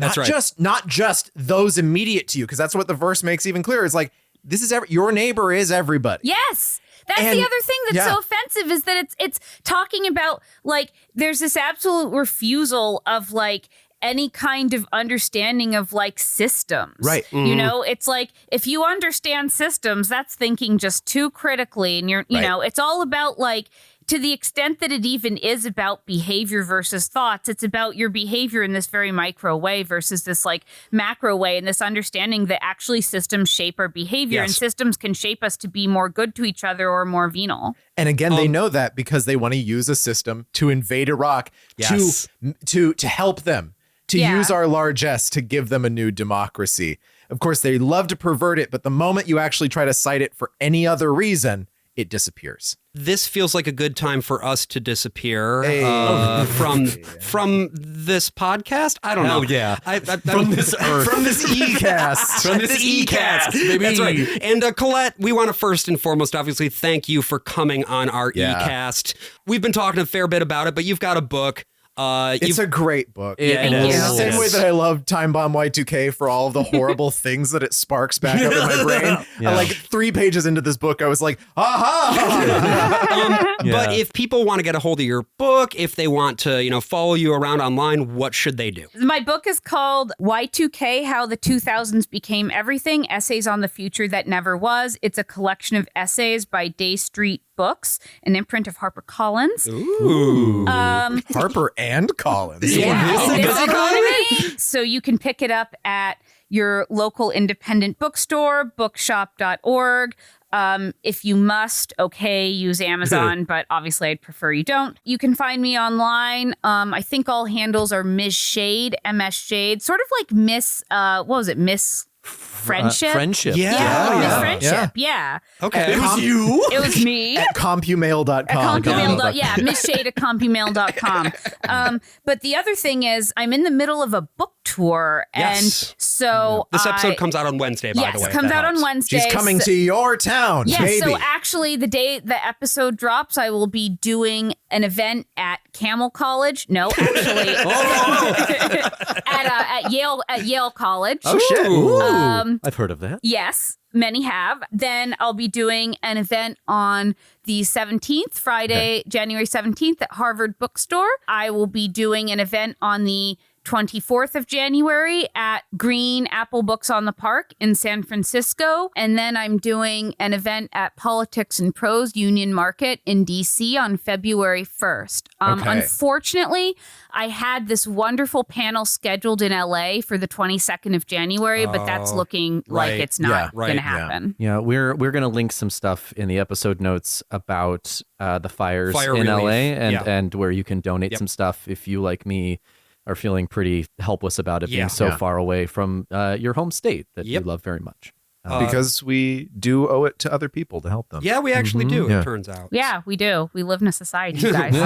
Wow. So, we'll have also, for Colette's book, a bookshop.org link in there, which you can use. And I think if I set it up right, we might even get a little bit of a cut from it because of like affiliate marketing. And that nice. So, click our link. Yeah, click our link, get the book, and help Colette become a best-selling author. Yes. Thank you. And 1 billion Colettes. Yes. So, AJ, you want to go ahead and take us home? Sure. So, Colette, at the end of your book, you talk a lot about how our generation of millennials have nostalgia for the Y2K era and how nostalgia is not a new thing, certainly at all. Boomers, I think, have the most nostalgia of any generation. It's the reason why we're still celebrating their Christmases in the year of our Lord 2025. And Adventures in Odyssey, in a lot of ways, is just boomer nostalgia, right? Whereas our nostalgia was for a wide open internet that was this new frontier where this globalized world had come together, where there was no war, where peace could finally be achieved. Boomer nostalgia, and in many ways, Adventures in Odyssey itself, is based in how can I get mine? How can I build my homestead and keep you out? And if there's Patreon.com/worst of all. But I think the thing that I miss and the thing that you recall so beautifully at the end of your book is the cockeyed optimism of the Wild West of the future of the internet. And look, LA is on fire and the world feels really grim right now. And I think that when people wonder why we are so nostalgic for Y2K, it is because of that. It is because we long for a time when we too had a speck in our eye. I am the worst of all possible AJs. I'm the worst of all possible Bryans. And I'm the worst of all possible Joshes. We'll see you next week. Bye.